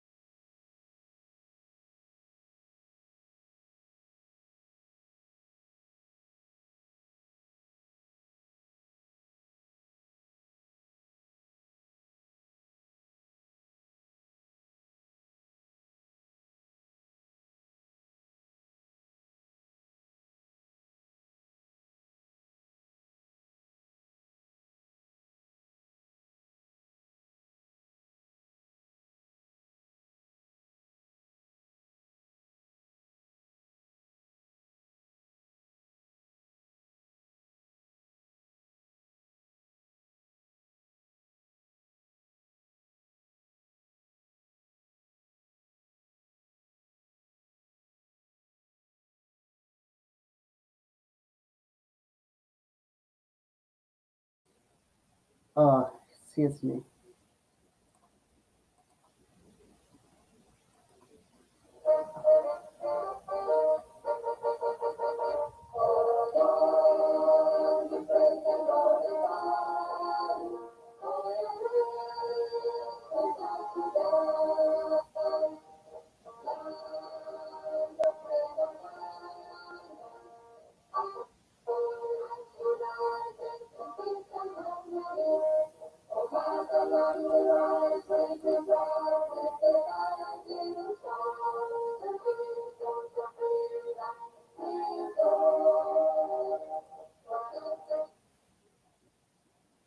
All right.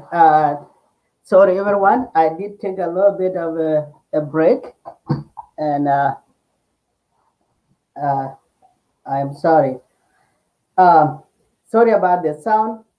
With that being said, I have Ambassador Gordon Boy is here tonight on behalf of the government of South Sudan. Ambassador, welcome to Lake State Media. Thank you very much, Peter. Thank you for having me. Well, here is July 9th, the day that we all, no matter what our political background, no matter where we came from, that's the only day we came together. And yet, I'm sure not all there are people out there still regretting the day. So, what have we missed? And where do we go from here? First of all, Peter, as our president said today in his speech, this day is the ninth anniversary of the independence of the Republic of South Sudan, and it is a day for us to thank and commemorate our heroes and heroines who died in the struggle. The struggle for South Sudan started in 1947 before the independence of Sudan. This day is not a day for those who took up arms in 1983 only. As our president said, I want to correct this to your viewers. The struggle for South Sudan started in Juba Conference in 1947. People like both Dio and the chiefs of South Sudan called for the right to self-determination. When the British turned it down, they were given federalism. You people know the famous statement of Father Saturnino, who said that it is up to the Northerners to decide whether Sudan will be united or two countries. If the people of South Sudan would not be given their rights, then they will have the right to separate from the rest of Sudan. When the federal arrangement that was agreed in Juba Conference was violated, then our people took up arms in Nyanyawan, and that culminated into a Addis Ababa agreement. Although they did not achieve independence, they achieved autonomy. Therefore, those who struggled in 1947 for the right of the people of South Sudan and the Nyanyawan heroes and heroines, that included Dr. John Garang and the current leader of the SPLM SPLA, Dr. President Salva Kiir Mayardit, who was also a soldier and an officer in Nyanyawan. All the struggles, including the mutiny of Anyanyatu in 1975, that led into the formation of the SPLM SPLA in May 1983. This day is the day for all of them, from 1947 up to 1983. Those heroes and heroines that we lost to fight for this day. They all contributed to the independence of South Sudan. The idea of South Sudan independence is not something that is started in 1991 or 1983. It started in 1947. And then it was took up by Nyanyawan, followed by the rest of freedom fighters. So this day is a very important day. As my president said today, the people of South Sudan should commemorate this day, which is the 9th anniversary of the independence, with hope, given the fact that the peace that was signed in 2018 is functioning very well. The ceasefire is holding. The revitalized government of national unity was formed.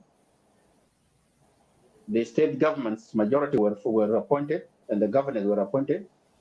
The remaining two will be addressed before the end of this week. And then after the formation of the state governments, it will be followed by the formation of the Transitional National Legislative Assembly. The president, before last year, embarked on building roads. The highway from Juba to Bahr el Ghazal has started since last year. 2 days ago, the highway from Bor to Upper Nile has been started, and the company started to tarmac the highway. Some of you might have seen the pictures of that progress. And this was the initiative that the president started in 2008 to bring towns to the people as the SPLM motto. Therefore, the people of South Sudan should be very happy in celebrating this 9th Independent Day, knowing quite well the future is very bright. Yes, we do have some intra and intercommunal violence, but our government has taken initiative to resolve those conflicts. We embarked on disarmament in parts of South Sudan, in Great Lakes, in parts of Warab. There is ongoing disarmament of civilians who are holding very dangerous guns. Our government formed a committee to resolve cattle rustling and communal violence in Jonglei State. The committee, after the independence of South Sudan, after the celebration of July 9, will embark on going to Jonglei to call a conference to unify the warring communities in that state, the Nuer, the Dinka, and the Murle, and the Anyuak. The program of the government or the implementation of the peace agreement that was signed in 2008 is going very smoothly. Yes, there are some delays because of Corona, but the main protocol of the agreement have been implemented. The security arrangement is going very well. The VIP VIP protection forces of around 3,000 will be graduated in about 2 weeks. The unified forces are being trained. By next year, the National Army of South Sudan will complete training and we will have one unified army. There will be no IO, there will be no IG forces, there will be no SOA, there will be no NDM forces, but only one unified South Sudan army that will protect and defend the territorial integrity of our country. What our government is calling for, especially for you in the diaspora, is to support the peace. People need to stop propaganda. Those who are talking that things are not going well, not talking in a positive light in regard to peace, should support this peace because there is no alternative to this peace. The only alternative is to support this peace so that in 3 years' time, there will be free and fair election. Anybody who wants to run for any political post is welcome. You can go to South Sudan and register your political party. And then from there, in 3 years' time, you can run for any political office. We encourage the diaspora to support the peace and not involve themselves as part of negative forces that are not working for peace in our country. Thank you.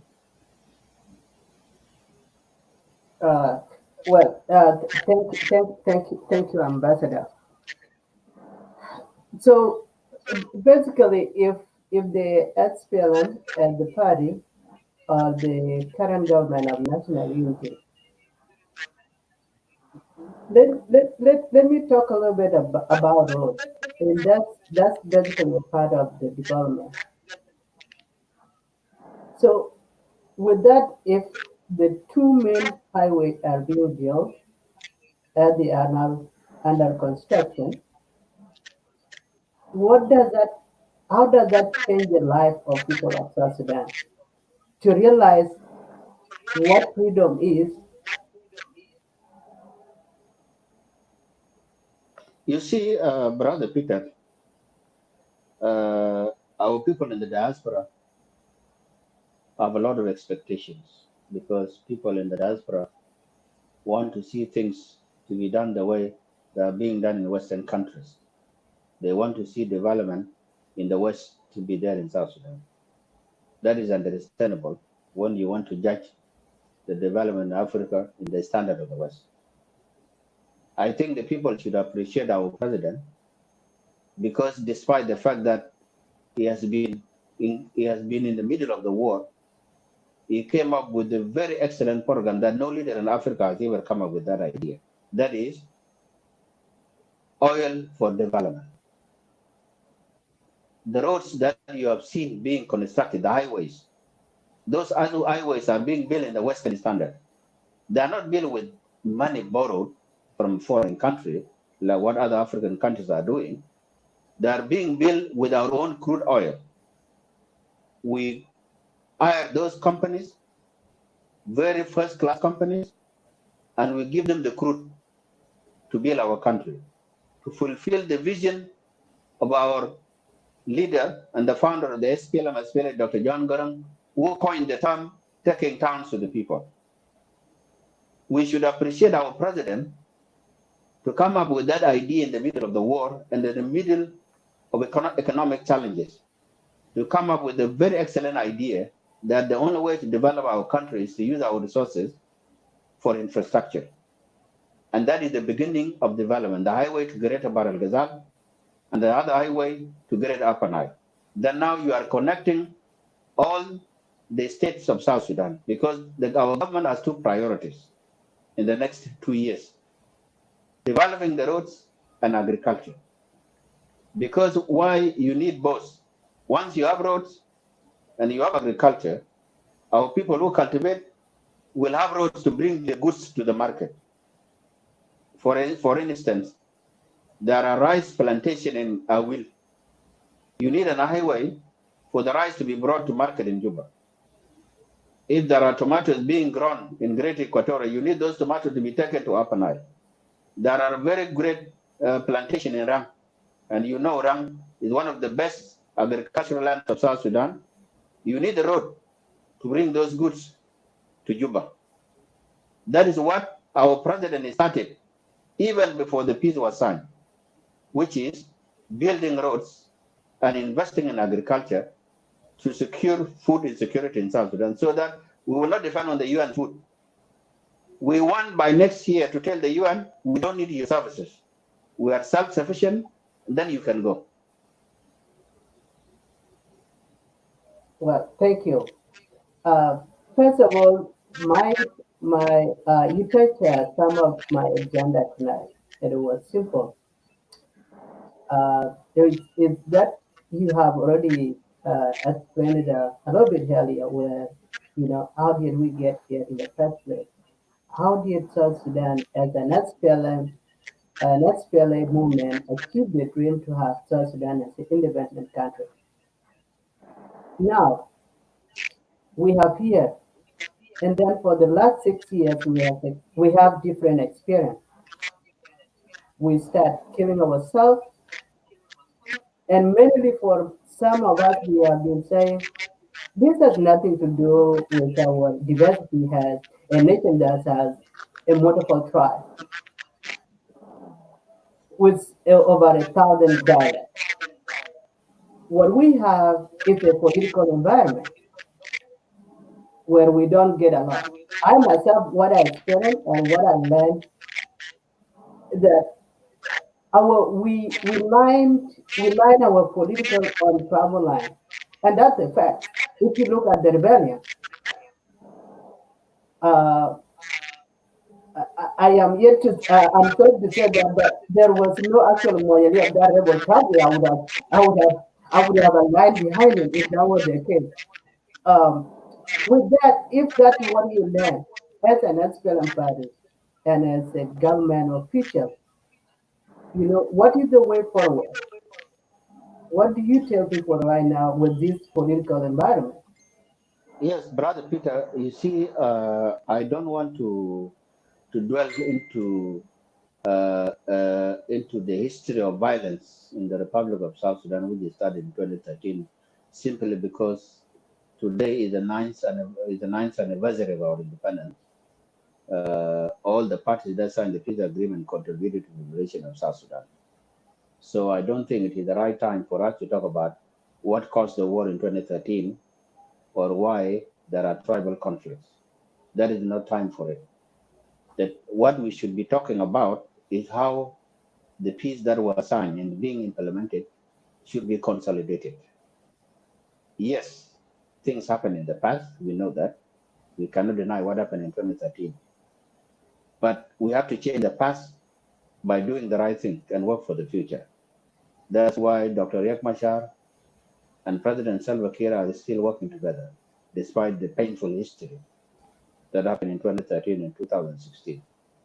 We should value our country, and that's why I'm telling some people in other shows that you have here in the diaspora that waste their time talking about negative things in South Sudan and not positive things.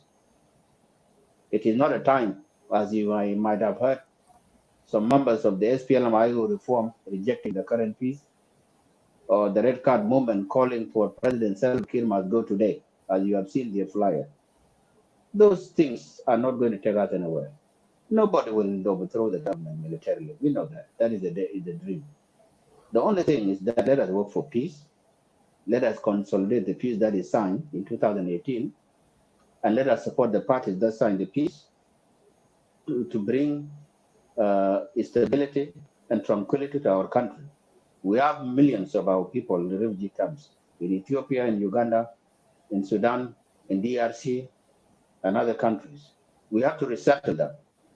I don't think we can resettle them with rhetoric or daydreaming of some individuals talking in social media that calling for Kiir to go.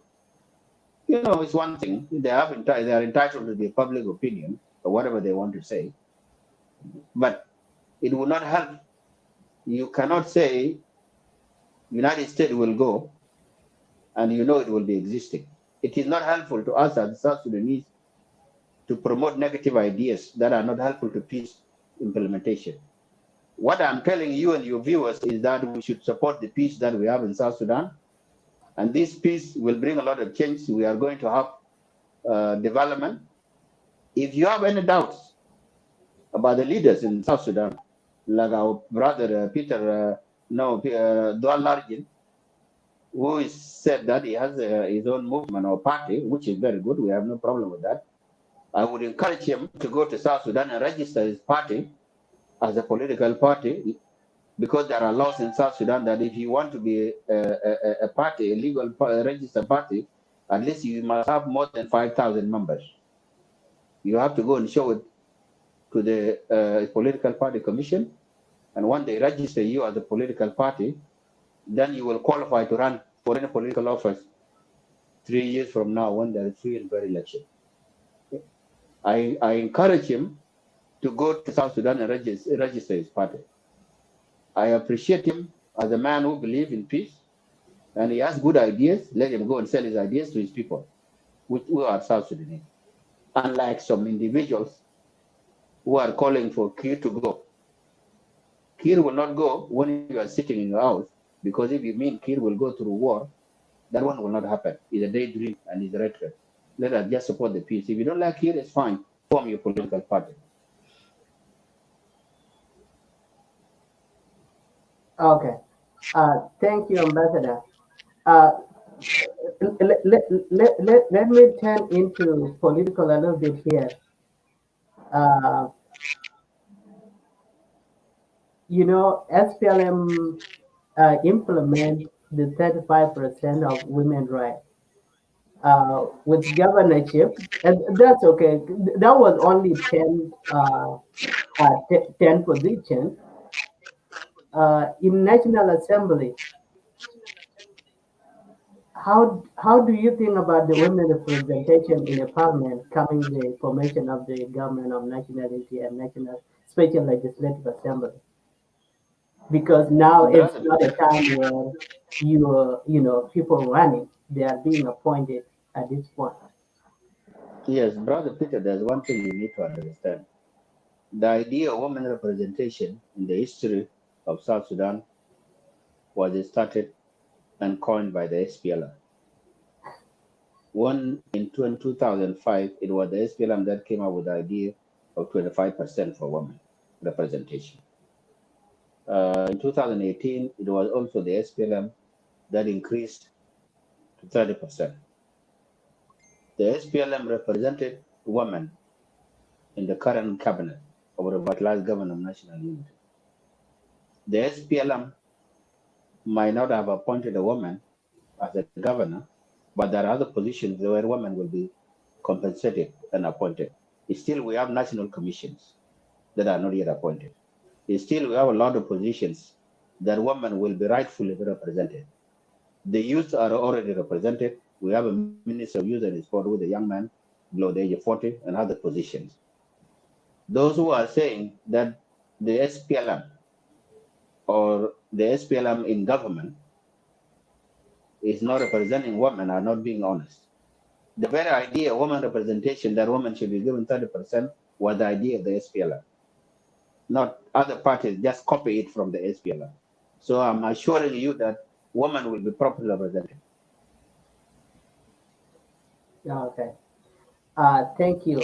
I want to make sure if the viewers have a question or a comment, if you have a question or a comment for Ambassador Boy, write it there. I will ask Ambassador. So, Ambassador, how do you, for next year, how do you see how South Sudan is going to celebrate July 9th? Next year will be 10th anniversary of our independence. That will be a And 10 we, years anniversary. That's yes, next year will milestone be right there. 10 years anniversary of our independence. And it will be one of the great celebrations. And we hope that Corona will go away. And very reason why we did not officially celebrate this year, as our president said today, is because of Corona. And we hope that next year there will be no Corona, so that our people will come out in numbers to celebrate the 10 years anniversary. It will be a very special anniversary because there will be an anniversary which all the parties will be celebrating together, despite what happened in 2013. All the parties will come together, all the people of South Sudan, irrespective of their political positions or political parties, come together to celebrate it.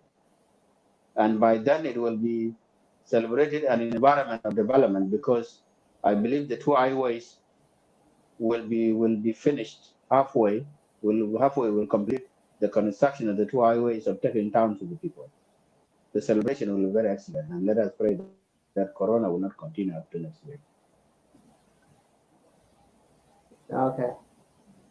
I haven't seen a question from the audience yet that has been directed to you.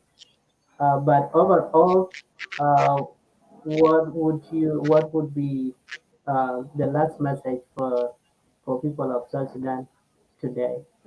Well, I think my last message to viewers and the people of South Sudan is just to reiterate what our president said today, that let us support the peace. There is no way to resolve or to solve the problems that are facing South Sudan, such as communal violence, cattle rustling, and etc., without coming together to support the implementation of the peace. Yes, there are people who may have their own doubts, they have their Yeah. own feelings. Well, not to interrupt you before you end your comment. I have a question from Brother Abramadit. You know, we have been had. You know, the question is. If you can explain more about RNC agenda and who are the leaders who are organizing the all these red card movement, are they basically doing it in Juba or just overseas? No, the red card movement actually they are not in Juba. There are people here in Canada and US, in Australia, in Europe, in East Africa. There are people there who are members of the red card movement. But most of the things they are doing, just they do them in social media.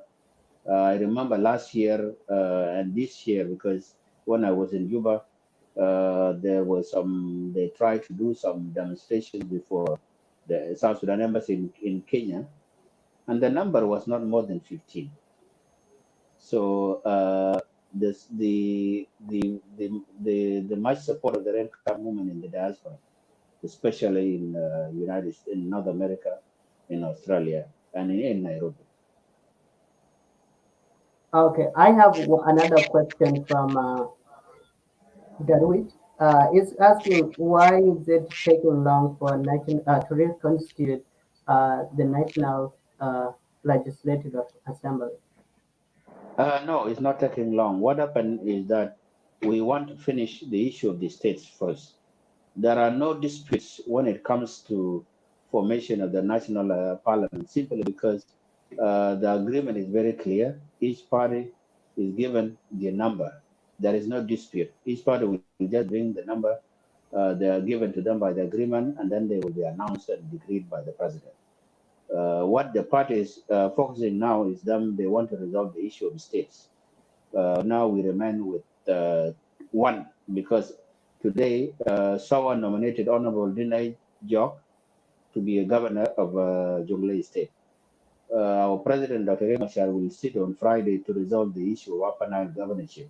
Once that is done, I believe by next Monday, we will have governors that will be sworn in. Once that one is finished, it will be followed by the formation of the Transitional National Legislative Assembly. The issue of parliament is not that complicated because each party will just bring their number. There is no dispute. Is more the issue of state is more complicated than the issue of parliament. Okay. Yeah, because the issue of parliament is just the numbers and. Just the numbers, yeah. Okay. Another question: how are you celebrating uh, your anniversary, July 9 here in America? There's no celebration because of Corona. You just sit in your house, celebrate it in your house because the guidelines of Corona and the situation of Corona is very clear. You cannot even our embassy has not been operating like most of the work are being done from homes, including the State Department. Most American government institutions, people don't go to offices. You work from your home through teleconference, through video conference. Meetings are conducted through telephones to avoid the spread of corona.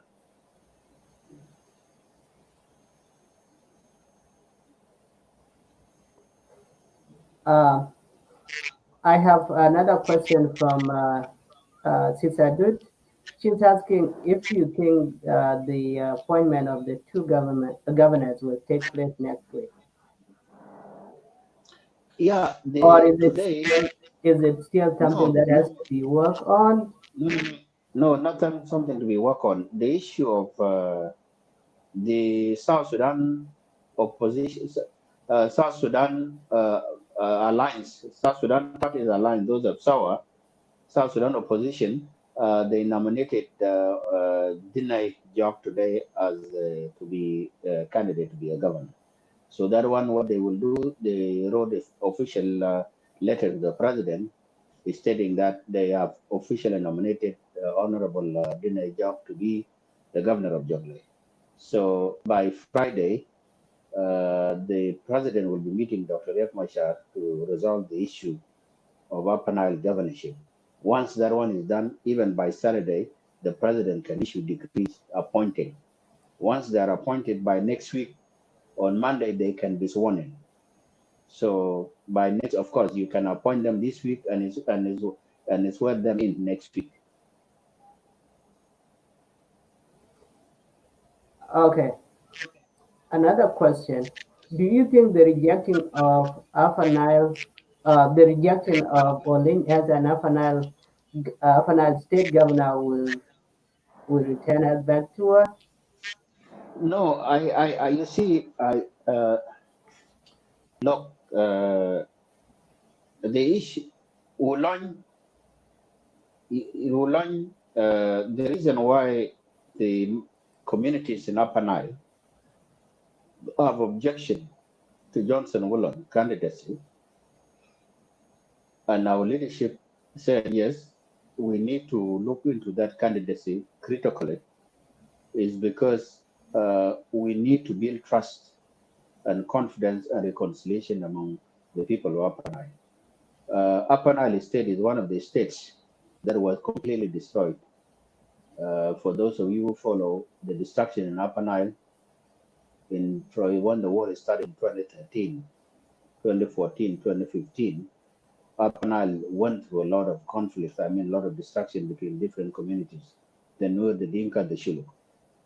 First, the Nuer of Aya, the Nuer under the White Army mobilized by the IO captured Malakal more than 3-5 times.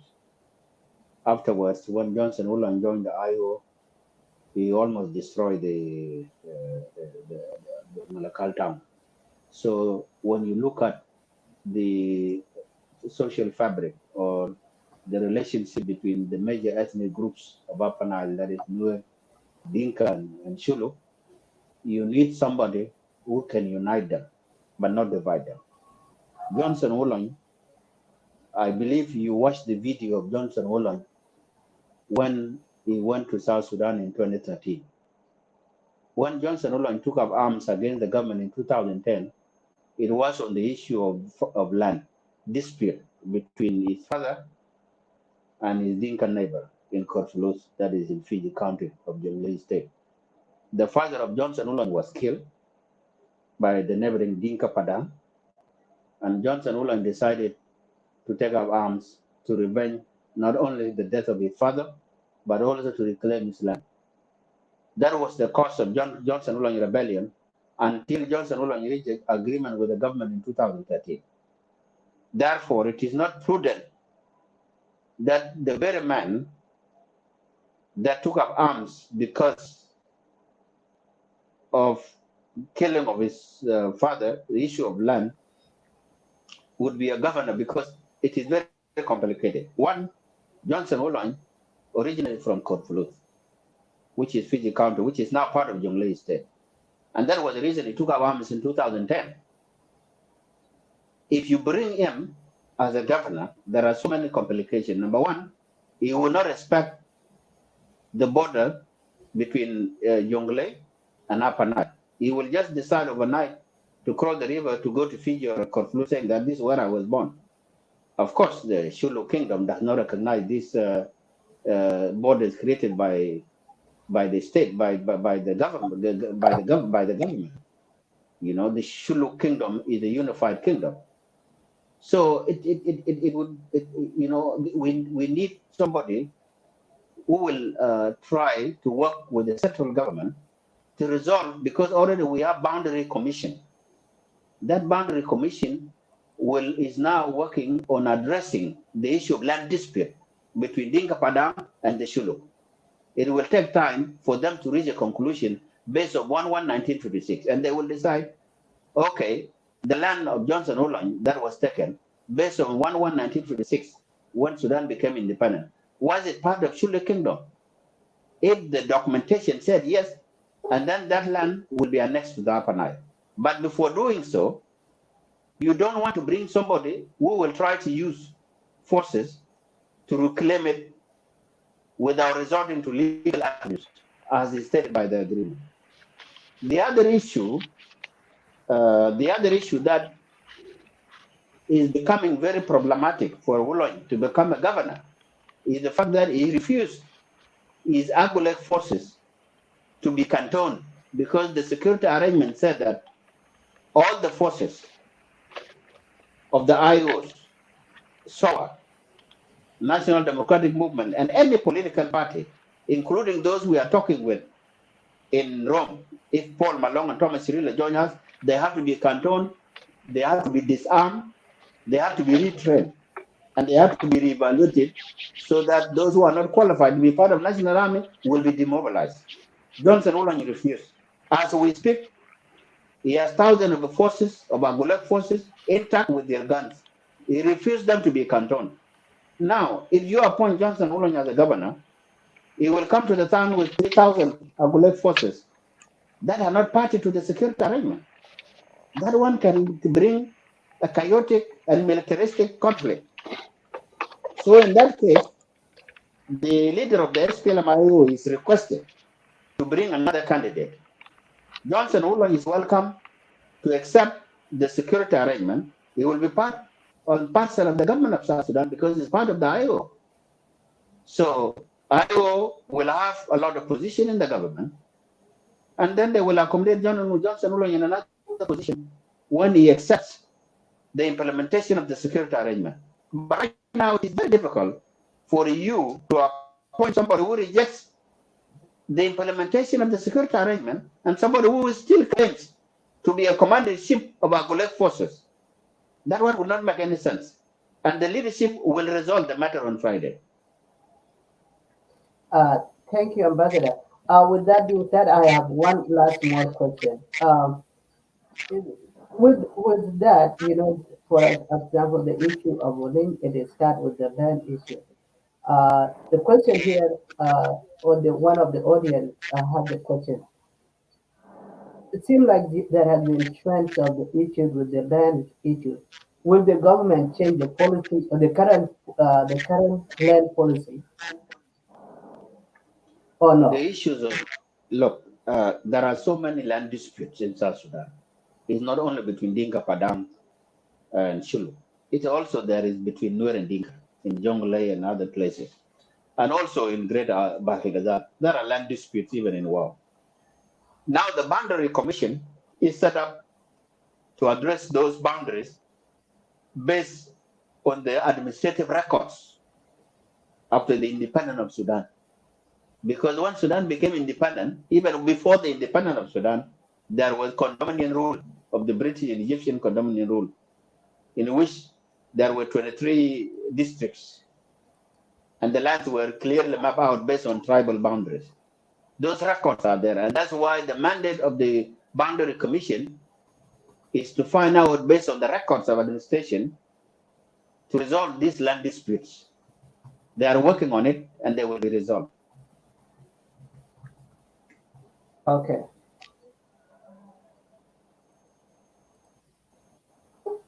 Bull? Sure. I'm not Bull. Bull, it looks like you have a problem with network. Bull, can you hear me?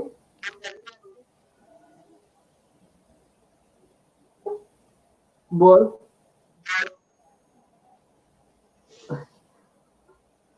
Bull, can you hear me? Can you hear me? He's not hearing you completely.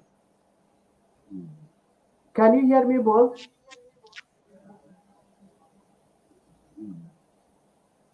Turn off your Bluetooth.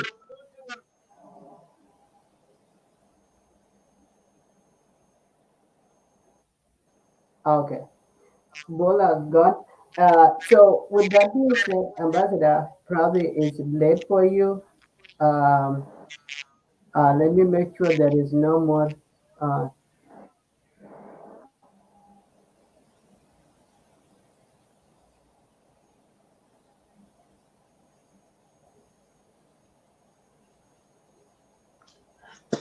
uh, so Adut is asking here. There are two opening positions for the government.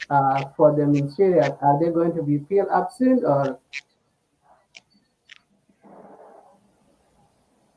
What ministerial? East Africa and deputy of the bank. No, I don't know. That is the prerogative of the president. Okay. All right. With that being said, uh, Gora, if you have a question for Ambassador, write it there so I can ask Ambassador. Otherwise, I will let him complete his last word and let him go.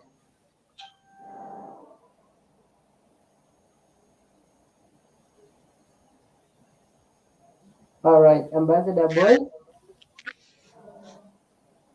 Yes, Comrade Peter. All right. I think that was it for me. Unless if you have a word to say, then I'll let you go to bed. It's getting late here. Oh no, just I want to thank the Lagos State media and your viewers and the people of South Sudan for us to reach this ninth anniversary of the independence of South Sudan, where we commemorate and remember our heroes and heroines. As our president said, let us all work together for peace to develop our country, because without peace, all the things that we need will not achieve them. There can never be any development without peace. Development comes up to peace.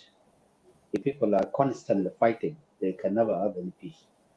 Most countries, including the West, develop because of peace. Yes, the Western countries they went through First World War, Second World War, where millions of people died. But when they realized that war is very destructive, now they are the one advising other people, other countries, not to go through the cycle of violence that they went through. We need to learn from the past. Yes, we fought the war in 2013. We lost and killed our own people between ourselves. Now it is time for us to work for peace. And it is time for the diaspora to support the people of South Sudan and the government to implement the peace.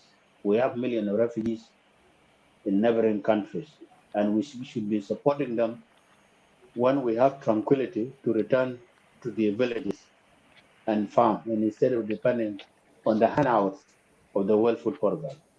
Thank you. Okay. Uh, I don't want to cut people off, but I will let you answer those two questions and then you can head out. Do you see a dream of 32 coming back in the future? That will be decided in a constitutional conference. Of course, there will be a constitutional conference whereby the people of South Sudan will decide what kind of federalism do they want. If they raise the issue of states and the majority vote for it, yes, they can resort it, they can put it in the constitution. So that will be a process that will include constitutional conference that will be conducted throughout the 10 states. And of course, nobody can reject the will of the people. The reason why our president accepted to come down from 32 to 10 states is with the hope that the people themselves will decide. There are two ways we can decide. One, through constitutional conference that I said, and number two, through referendum. We can have a referendum in South Sudan to decide whether we need 21 states, we need 15 states, we need 100 states. People can decide through referendum. Okay.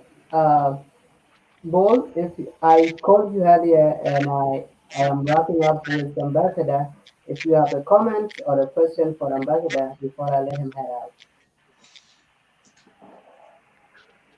Uh, First of all, I would like to welcome Ambassador to Lake State Media as usual, and I uh, I am very happy to to say Happy July Independent Day Nice. to all South Sudanese uh, who are at back home and in the diaspora. Yes, I was away and I just came in because we have scheduled this show to continue until morning, so the members of this community can join us and talk about our issues. Uh, I and other communities have talked last week about the issue of an appointment of Oli, which I heard you just mentioned. People are more concerned about it, and people are really not looking into him being a governor. But my question to Ambassador will be: Is it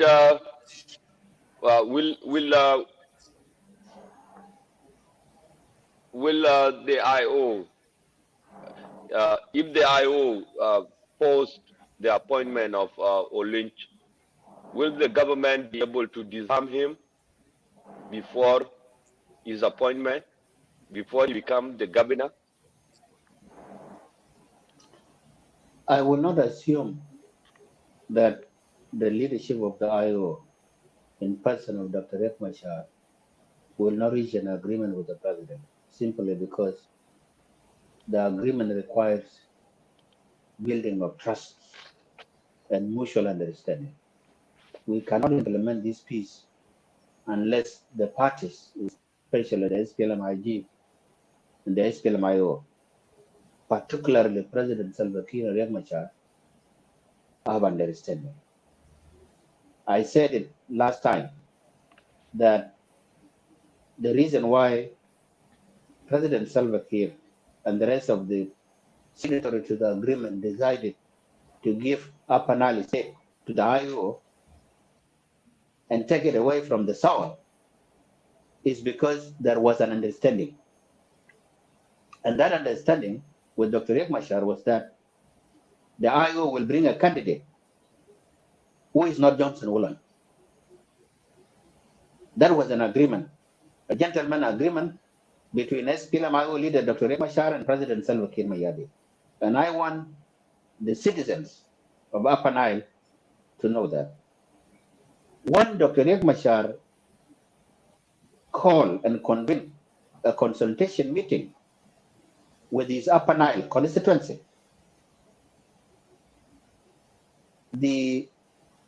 because Dr. Riek IO is going through a process of accommodation.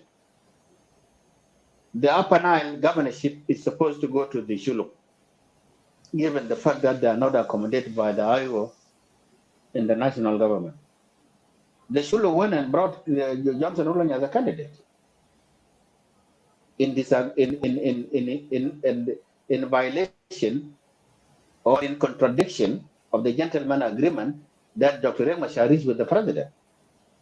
So when Dr. Riek Machar got the name of the nominee to be Johnson Olony, he went to the president and said, Mr. President, I went and did consultation with my political constituency from Upper Nile, the Shuluk, and this is the candidate they gave me. President told him, okay, but last time we had an agreement. The reason why it took us 4 months and for us to take it away from the Sawa, because when the president met last time, they gave the governorship of Upper Nile to Sawa. For us to take it away from Sawa and give it to you was because of that gentleman understanding. Dr. Riek Machar said that is true. And then the president told him, okay, go and convince your political constituency. We need somebody who will unify the Upper Nile people. Upper Nile is the most divided state, by the way, worse than Jonglei, to be honest with you. You had Nuer, who almost destroyed the area with Adinka and fought Shuluk. You had Shuluk and the Ragula forces who fought the Padang. You had Nuer who fought the Burun, Maban. It's too complicated. So you need somebody who can exactly come and build trust. Johnson Woolen is not somebody who can build trust between different communities. Then Dr. Riek Machar said he should go back and make consultation with his team. So he has been consulted. And when he's meeting the president, they will get a solution. I don't think that there will be need for forceful disarmament of Johnson Woolen.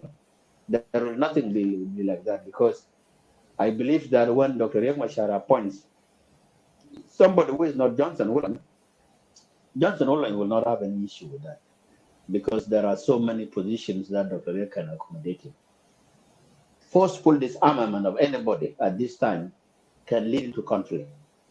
It is not the position of our SPLM-IG or our president to forcefully disarm anybody.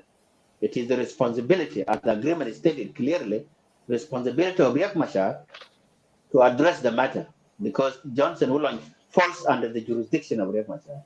It is not our responsibility to disarm him. If there are any issues in regard to the lack of implementation of security arrangement, it is Dr. Riek himself to address it. Thank you. Thank you, Ambassador. Another question is, and am very concerned about this. You know, all along we know that forces of Johnson Woolen, which are the militias of Johnson Woolen, we know them all along that they are not under the command of Riek Machar. And lately, I heard many of my comrades who are in IO party talked about they were commanded by the SPLM IO, which I'm not really sure about, because I know Johnson Olin was commanding his own forces. And now everybody is on a cantonment side.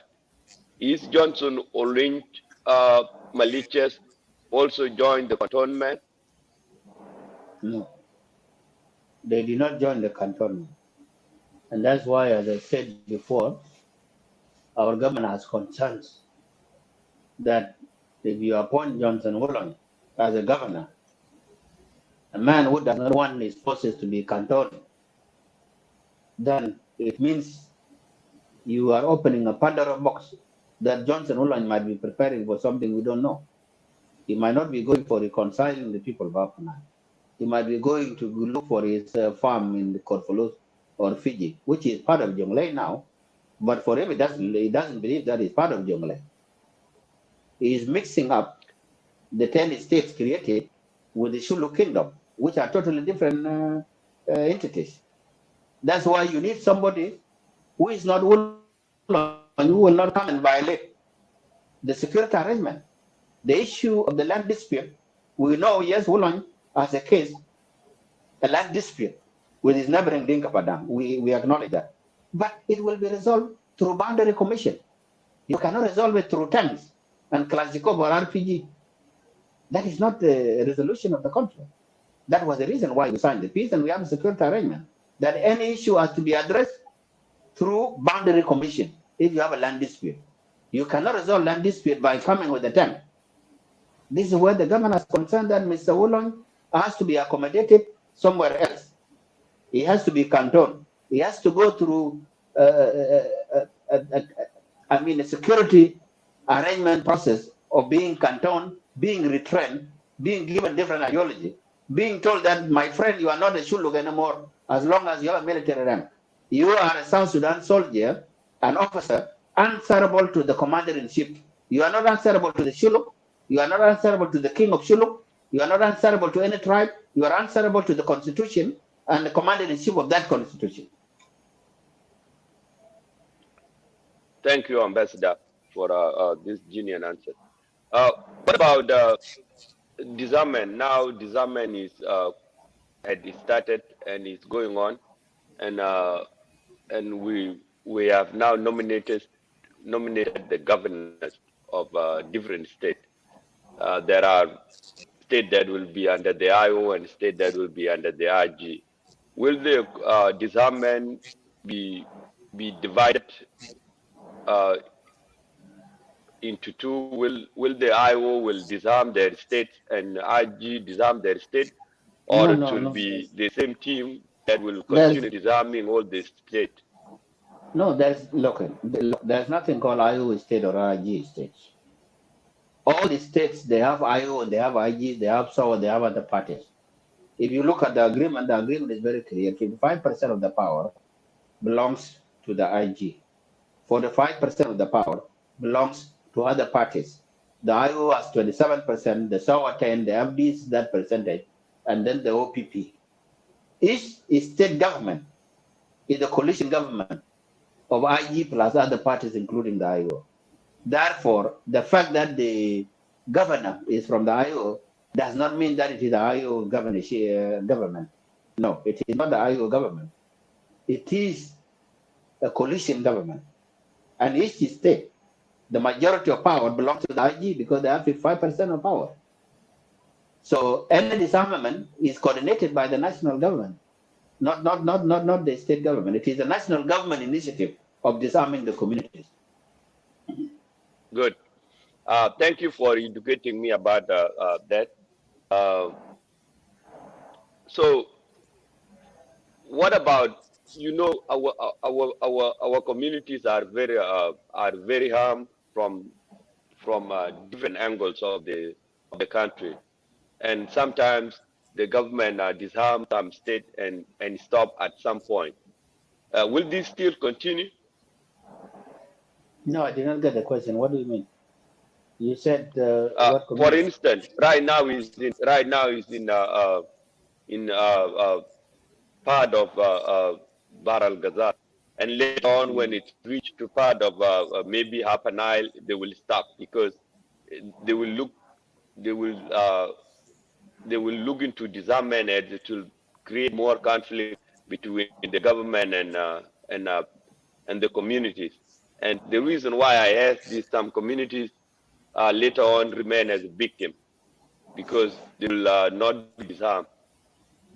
For instance, the first disarmament was started in Lake State and stopped there, did not go nowhere. And that made them the victim of disarmament. No, you see, I get your point. You are saying that selective disarmament is counterproductive. I understand that, and I think I made it clear 2 weeks ago in this show that if you disarm the people of Lagos State without disarming the neighboring communities, then the neighboring communities can exploit the situation and come and raid the cattle. For example, the Southern Unity State, if all the communities of Lagos State are disarmed, they can exploit it. Zero on that. The same thing. Are you hearing me, Mul? Yes, yes, I'm listening. Yeah, the same thing to other communities in Greater Warab. But the reason why the government decided to disarm communities in Lagos State, and I believe you know even disarming in Lagos State, is not all the areas of Lagos State. It's very selective. In the areas where there is too much violence, you know that. One of the reasons why we were compelled is because the violence in Lagos State was too much. And the government had to intervene because it was destroying law and order. The same thing also to Warab. These communities, and the assessment was done by our security, and they came to conclusion that the threat, the internal threat within the communities of Lagos State is greater than the external threat that would have come from Unity State. The same thing to the security assessment that was done in Warab. Because of the conflict within the Warab communities, within the Tony communities, within within the other Apuk Wagok, it was concluded that the conflict among themselves is more dangerous than the threat coming from the neighboring communities in Unity State. Therefore, the government had to move in to disarm them. Because you cannot accept as a government, if there's a conflict, 50 people are dying a day. That was the reason the government had to intervene. Of course, the government is well aware of the threat that can come from the neighboring communities that are not disarmed, especially in Unity State. The government already put the army there. That's why our chief of staff himself is in Tony. There are battalions put in between the Unity State and Lagos State, between Warab and Unity State, to prevent the communities or the criminals from Unity to exploit the disarmament. Thank you, Ambassador. What I know is that the conflict in Jonglei is is one of the high conflict, which is completely searched every day. Why didn't we? Why didn't the government start it from Jonglei? Because the case in Jonglei is more complicated than other states. But with what I have seen right now, the Jonglei conflict is not actually being addressed correctly than other states. It shouldn't actually start from those states. It should have started from Jonglei State. Why don't the government put their effort and start it from Jonglei to rescue the children and other minorities communities that had been killed? No, to do disarmament in Jonglei State, you need around 50,000 forces. Given the vast majority, the terrain, and the fact that Jonglei is very vast, and the nature of the communities in Jonglei. Are you hearing me? Yes, I hear you. Okay. I'm listening very well. What I'm saying, if you look at the experience of Ethiopian forces in 2017, when the Ethiopian army came with a division to come and rescue these children from that were abducted by Murle, then you can conclude through military and security analysis that for you to do a disarmament of the Nuer, the Bor, and the Murle, you need around 50,000 forces, very highly mechanized. And you need even helicopter gunships. Because the nature of Murle, you will not get them in the villages. They will go to the forest. So you need a very good planning. You need a very highly sophisticated weapons. You need helicopter gunship to track down. You need spy machines. despite the fact that Ethiopian had more advanced army, they could not even get the children that were abducted by Murle. That's why disarmament in Jonglei is more complicated than disarmament in Lake State and in Warabi states. Thank you, Ambassador. I will yield the floor to Peter. Peter, we cannot hear you. Unmute yourself. Ambassador, I have a follow-up question about disarmament. Since you guys are discussing disarmament, I believe, and this is the fact, there has been issue with the disarmament for the last few years. It has not been done one time. For some community, it has been done for several times. But the issue is the guns still come back in the hand of the civilians. Now, if the guns are collected right now, are they going straight back to Juba, or are they going to be stored within the state where they're ending up going back to the hand of the civilian, or are they going to be destroyed completely? No, and will and the most important is actually the selling of the bullets. Would government of South Sudan has a policy that will impose anyone that sell a bullet should actually be illegalized as a crime? Yeah, okay. All the guns collected will be taken to the stalls in Bilpa because they're collected by the army. The ammunition, the problem is that, look, if you in South Sudan, the communities have cows, they have cattle. Second to that, we are not even sure up to now whether the guns we are collecting, they are all the guns in each household. For instance, you go to Lagos State, and you guys are from Lagos State. You can find a family of maybe a father has 5 wives and 20 or 30 young men with AK-47. Unless we have a proper intelligence, maybe they can just say, okay, give up only 10, and they can bury the rest in the forest. Tomorrow, when the government says the disarmament is over, they can go and bring them back. So that's why you see the disarmament is not stopping. You disarm people this year, when the guns re-emerge, then you go and disarm them. Of course, it's very easy to get ammunition. They can go to the neighboring countries to get ammunition.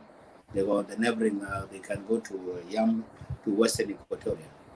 The only problem with the Nuer and Dinka areas and the Shulu, no, I mean in the Murle, is the fact that you don't know how many guns do they have. Each household, how many guns do they have? That is posing a lot of security challenge to our government and to the disarmament itself.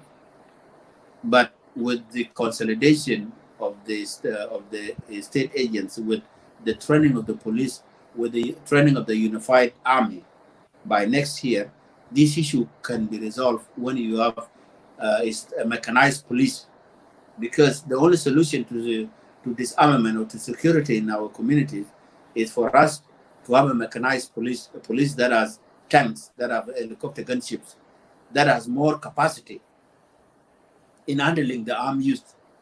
They must have a firepower that can resist organized youth. For instance, the current police that we have, if they don't confront the youth with the mechanized weapons, they cannot. They can be defeated. So the state agents, the security organs, must have more power than the communities in order to control them. So that comes with time and with reunification and training. Okay, I think from here we will let Ambassador go, and we will continue with discussion and our celebration. Please, to my people, if you are celebrating your July 9th, please make sure you practicing social distancing. This COVID-19 is for real.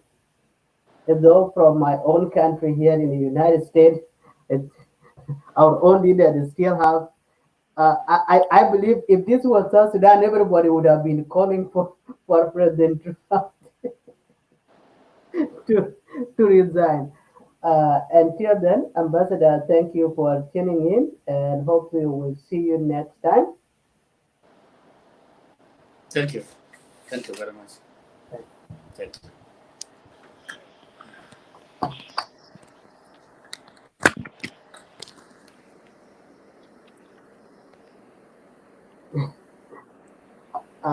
People, if you guys would be nice to us and stop vilifying us, that would be okay. I want it. Bull. Yes, Peter. So you have messed out. You have missed it out. What have been your memories for the Yeah, last 9 years? For let me cut it for the last 6 years. what? What are your memories for the last 6 years of South Sudan independence? Peter, I cannot hear you right now. Are we still in live or you have we? Yes, I don't know, Bull. I don't know why you can't hear me. I have no clue, but that's okay. Then Kamis Garang, welcome to Lake State Media. Happy July 9th. Uh, thank you. Happy July 9 to you as well. Um, I don't know if there's I'm at work, so if there's some other guys on the back stage there. Um, Peter, thank you for inviting me to the show, and I would love to uh, congratulate all the South Sudanese for for our independent day today that we are celebrating. Number two, I want to they I just want to greet all your viewers, those who are listening here, and our ambassador, Gordon Boy. I'm so proud of you, Peter, and Bulma Kur. It's good to be professionals all the time. Uh, Gordon Boy, is you feeling at home today?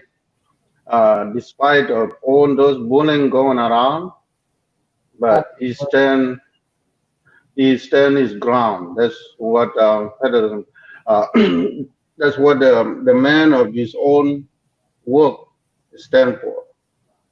I appreciate what he's fearing today to come and give us some encourage and some answers. Uh, back to back to the point, to the fact that what is the independent today. Um, not to forget, uh, Bonma Kur and Peter Kane.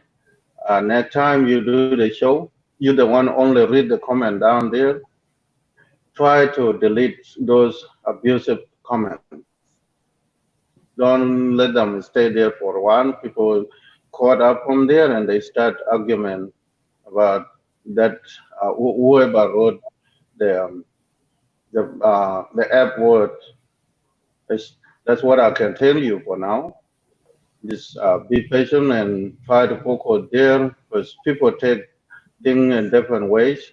We have to respect ourselves. I've seen a lot of people that are putting uh, comments that are not making sense. Yes, we know everybody have a tribe where we came from, but I'm from Dinka. You hate me because you hate the government. But what we're here for is the country.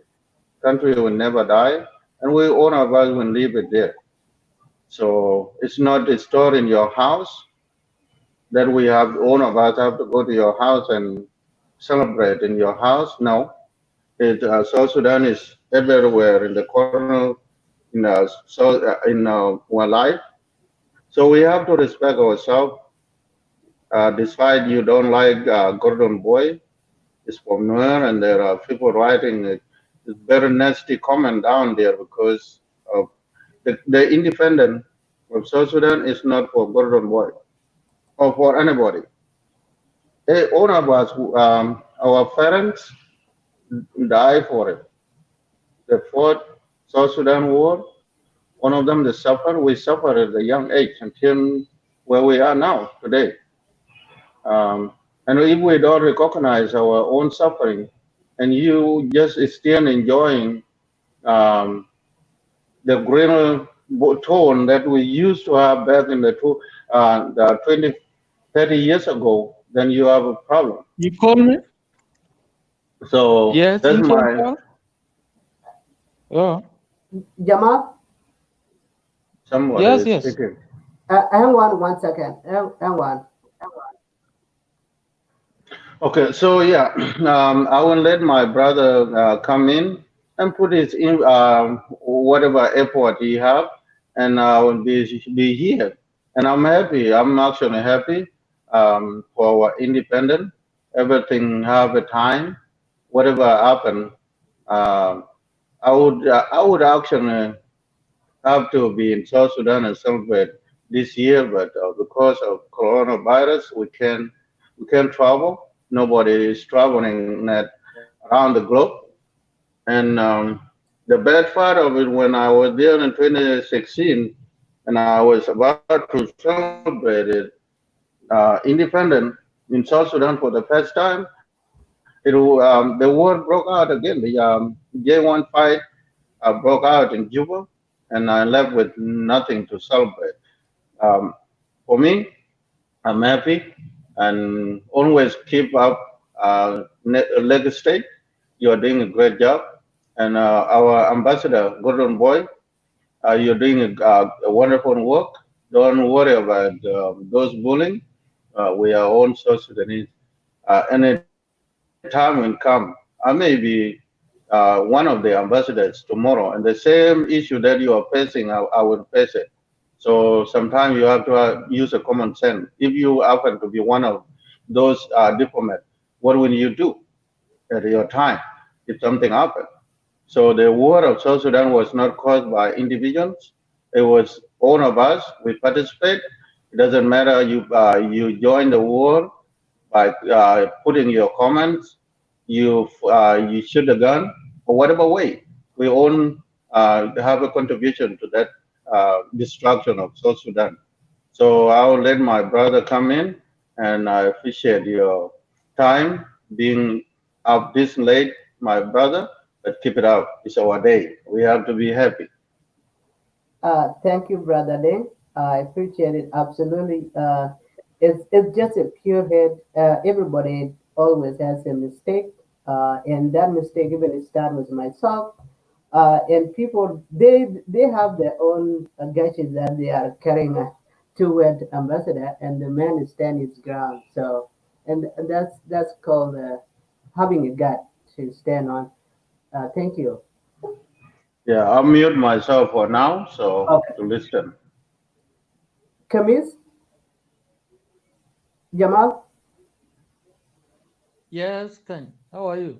Yes, welcome to Lead State Media, brother. Happy July 9th. Yeah, happy July 9 too, and then to the ambassador and all South Sudanese family. Yeah, it is very shameful to those who are making a very small issue of Gordon Boy and making headline across the all ethnic media group. You know, we can just call them like ethnic media group.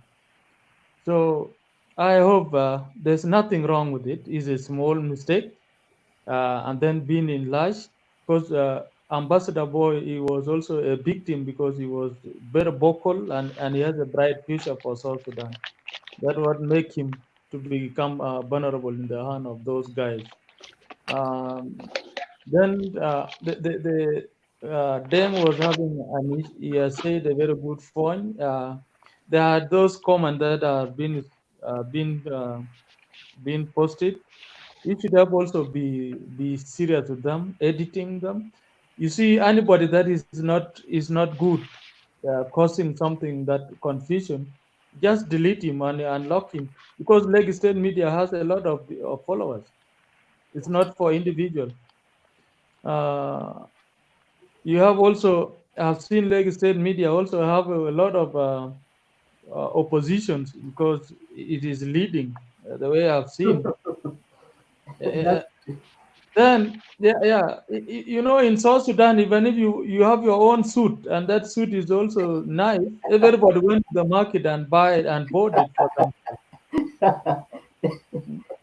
You also have two wives. Another man say I need also two, and this is how we run the country, and that it will never prosper. You know, so it's a great challenge to all of us, and then we should have to. I honored our ambassador. Is online, yeah. yeah, it just left, but he was online. It just left. I am sure he listened. He have listened to you guys, and I am sure he is relieved. Yeah. Thank you, Yeah. brother Jamal. Bolmat, Yes. welcome back. I hope you can hear me, brother.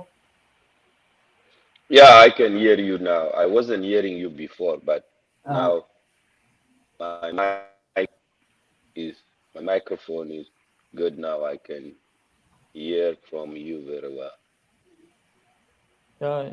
Ikadibol kudwal. I can encourage Karim. How Nyinwel you koror doing? walkeb. Nyinwel koror walkeb. No, I'm just excited that Yeah. to say I am excited to say that Happy Independent Day that I never had before in 1982, 83, 84, 85. Mm.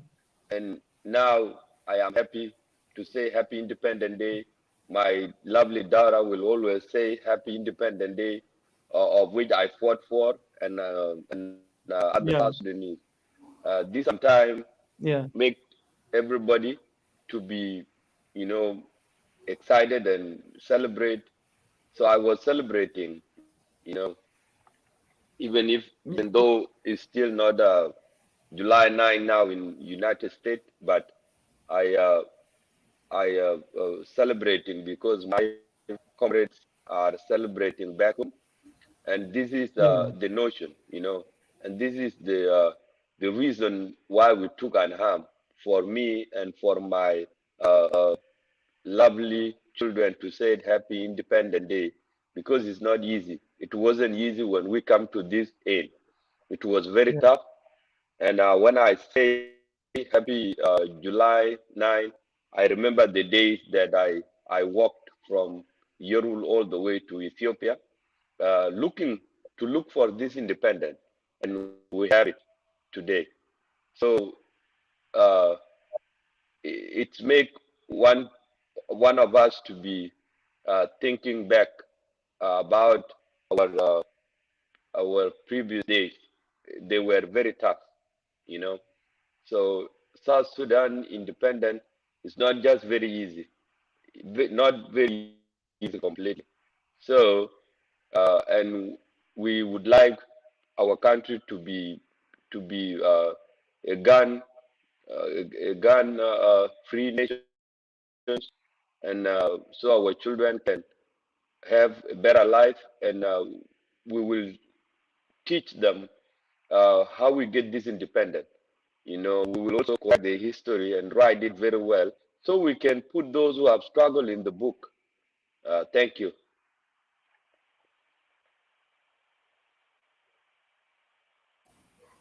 Thank you, brother Bol.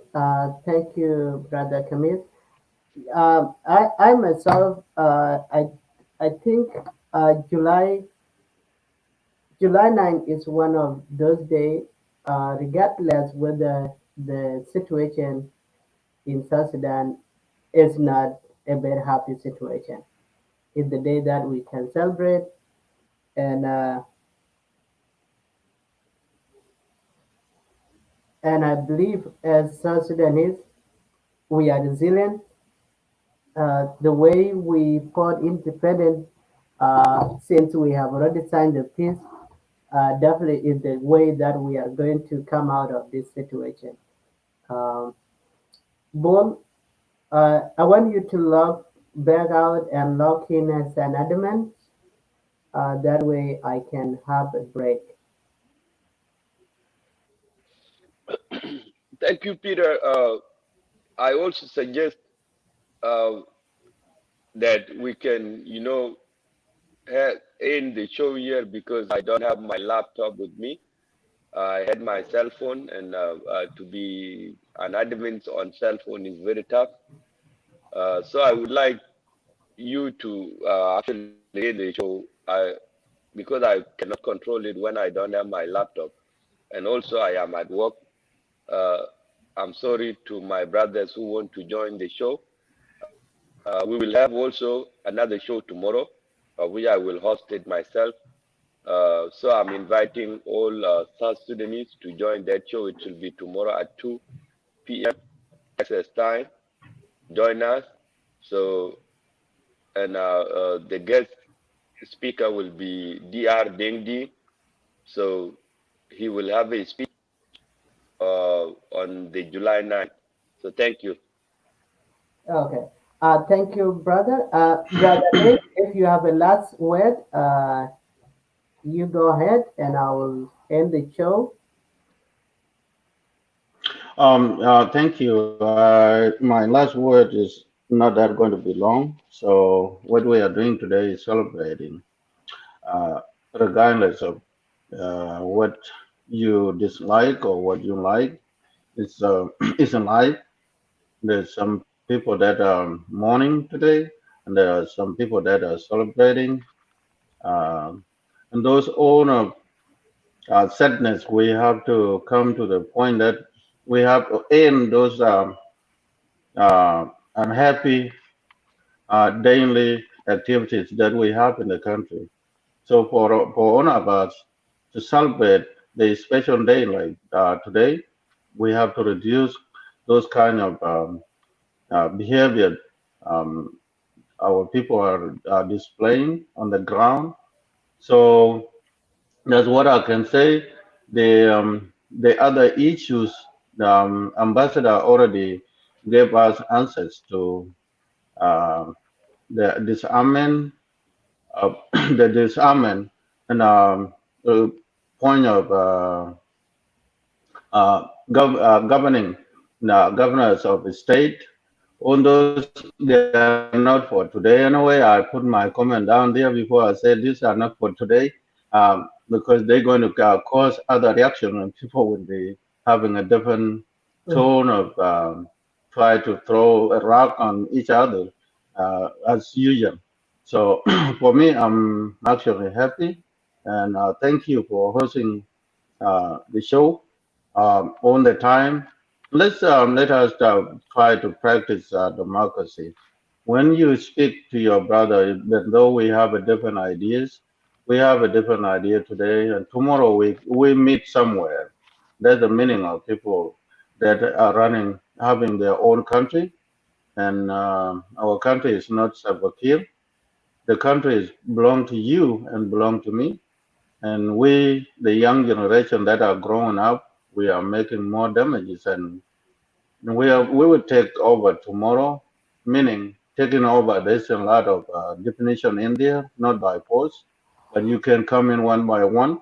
When I went to Jonglei, my state in Botown in 2016, we had a Red Army meeting there.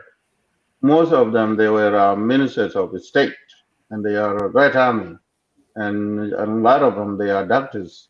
So what change are we looking for from here? That's how change come. It doesn't have to be all of us taking the government at the same time.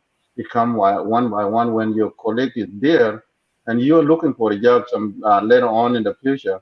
You will have somebody referring you to have your reference. That's how the life goes. So I will be back tomorrow with you, brothers. Keep up. Whoever have a different opinion, let them come in and contribute. That's how we learn from one another. Um, that's what I can say. And when last comment is when you use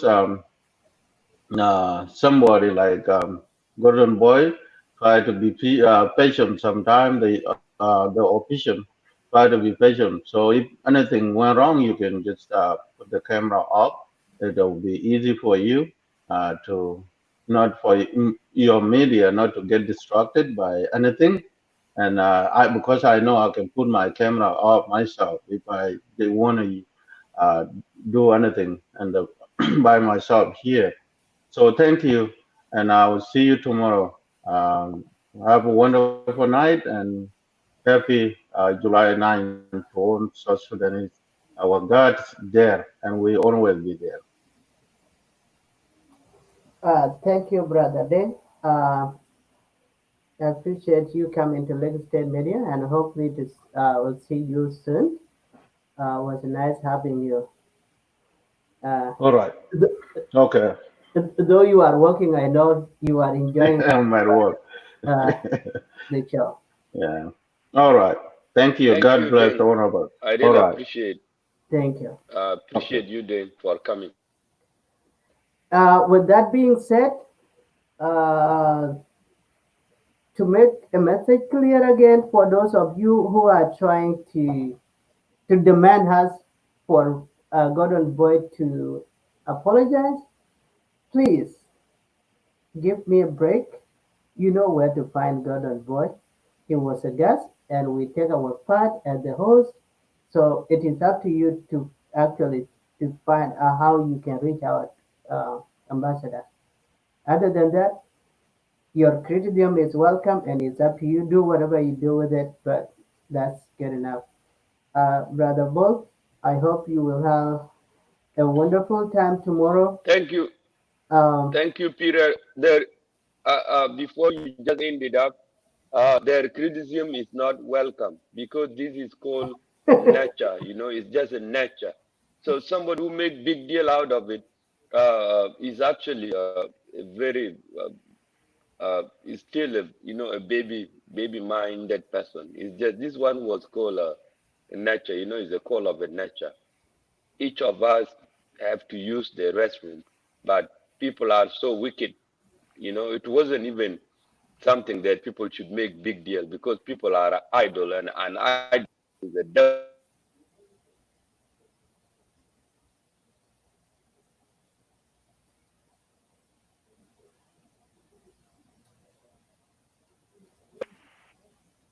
So an idle mind is a devil workshop. So their criticism is not welcome.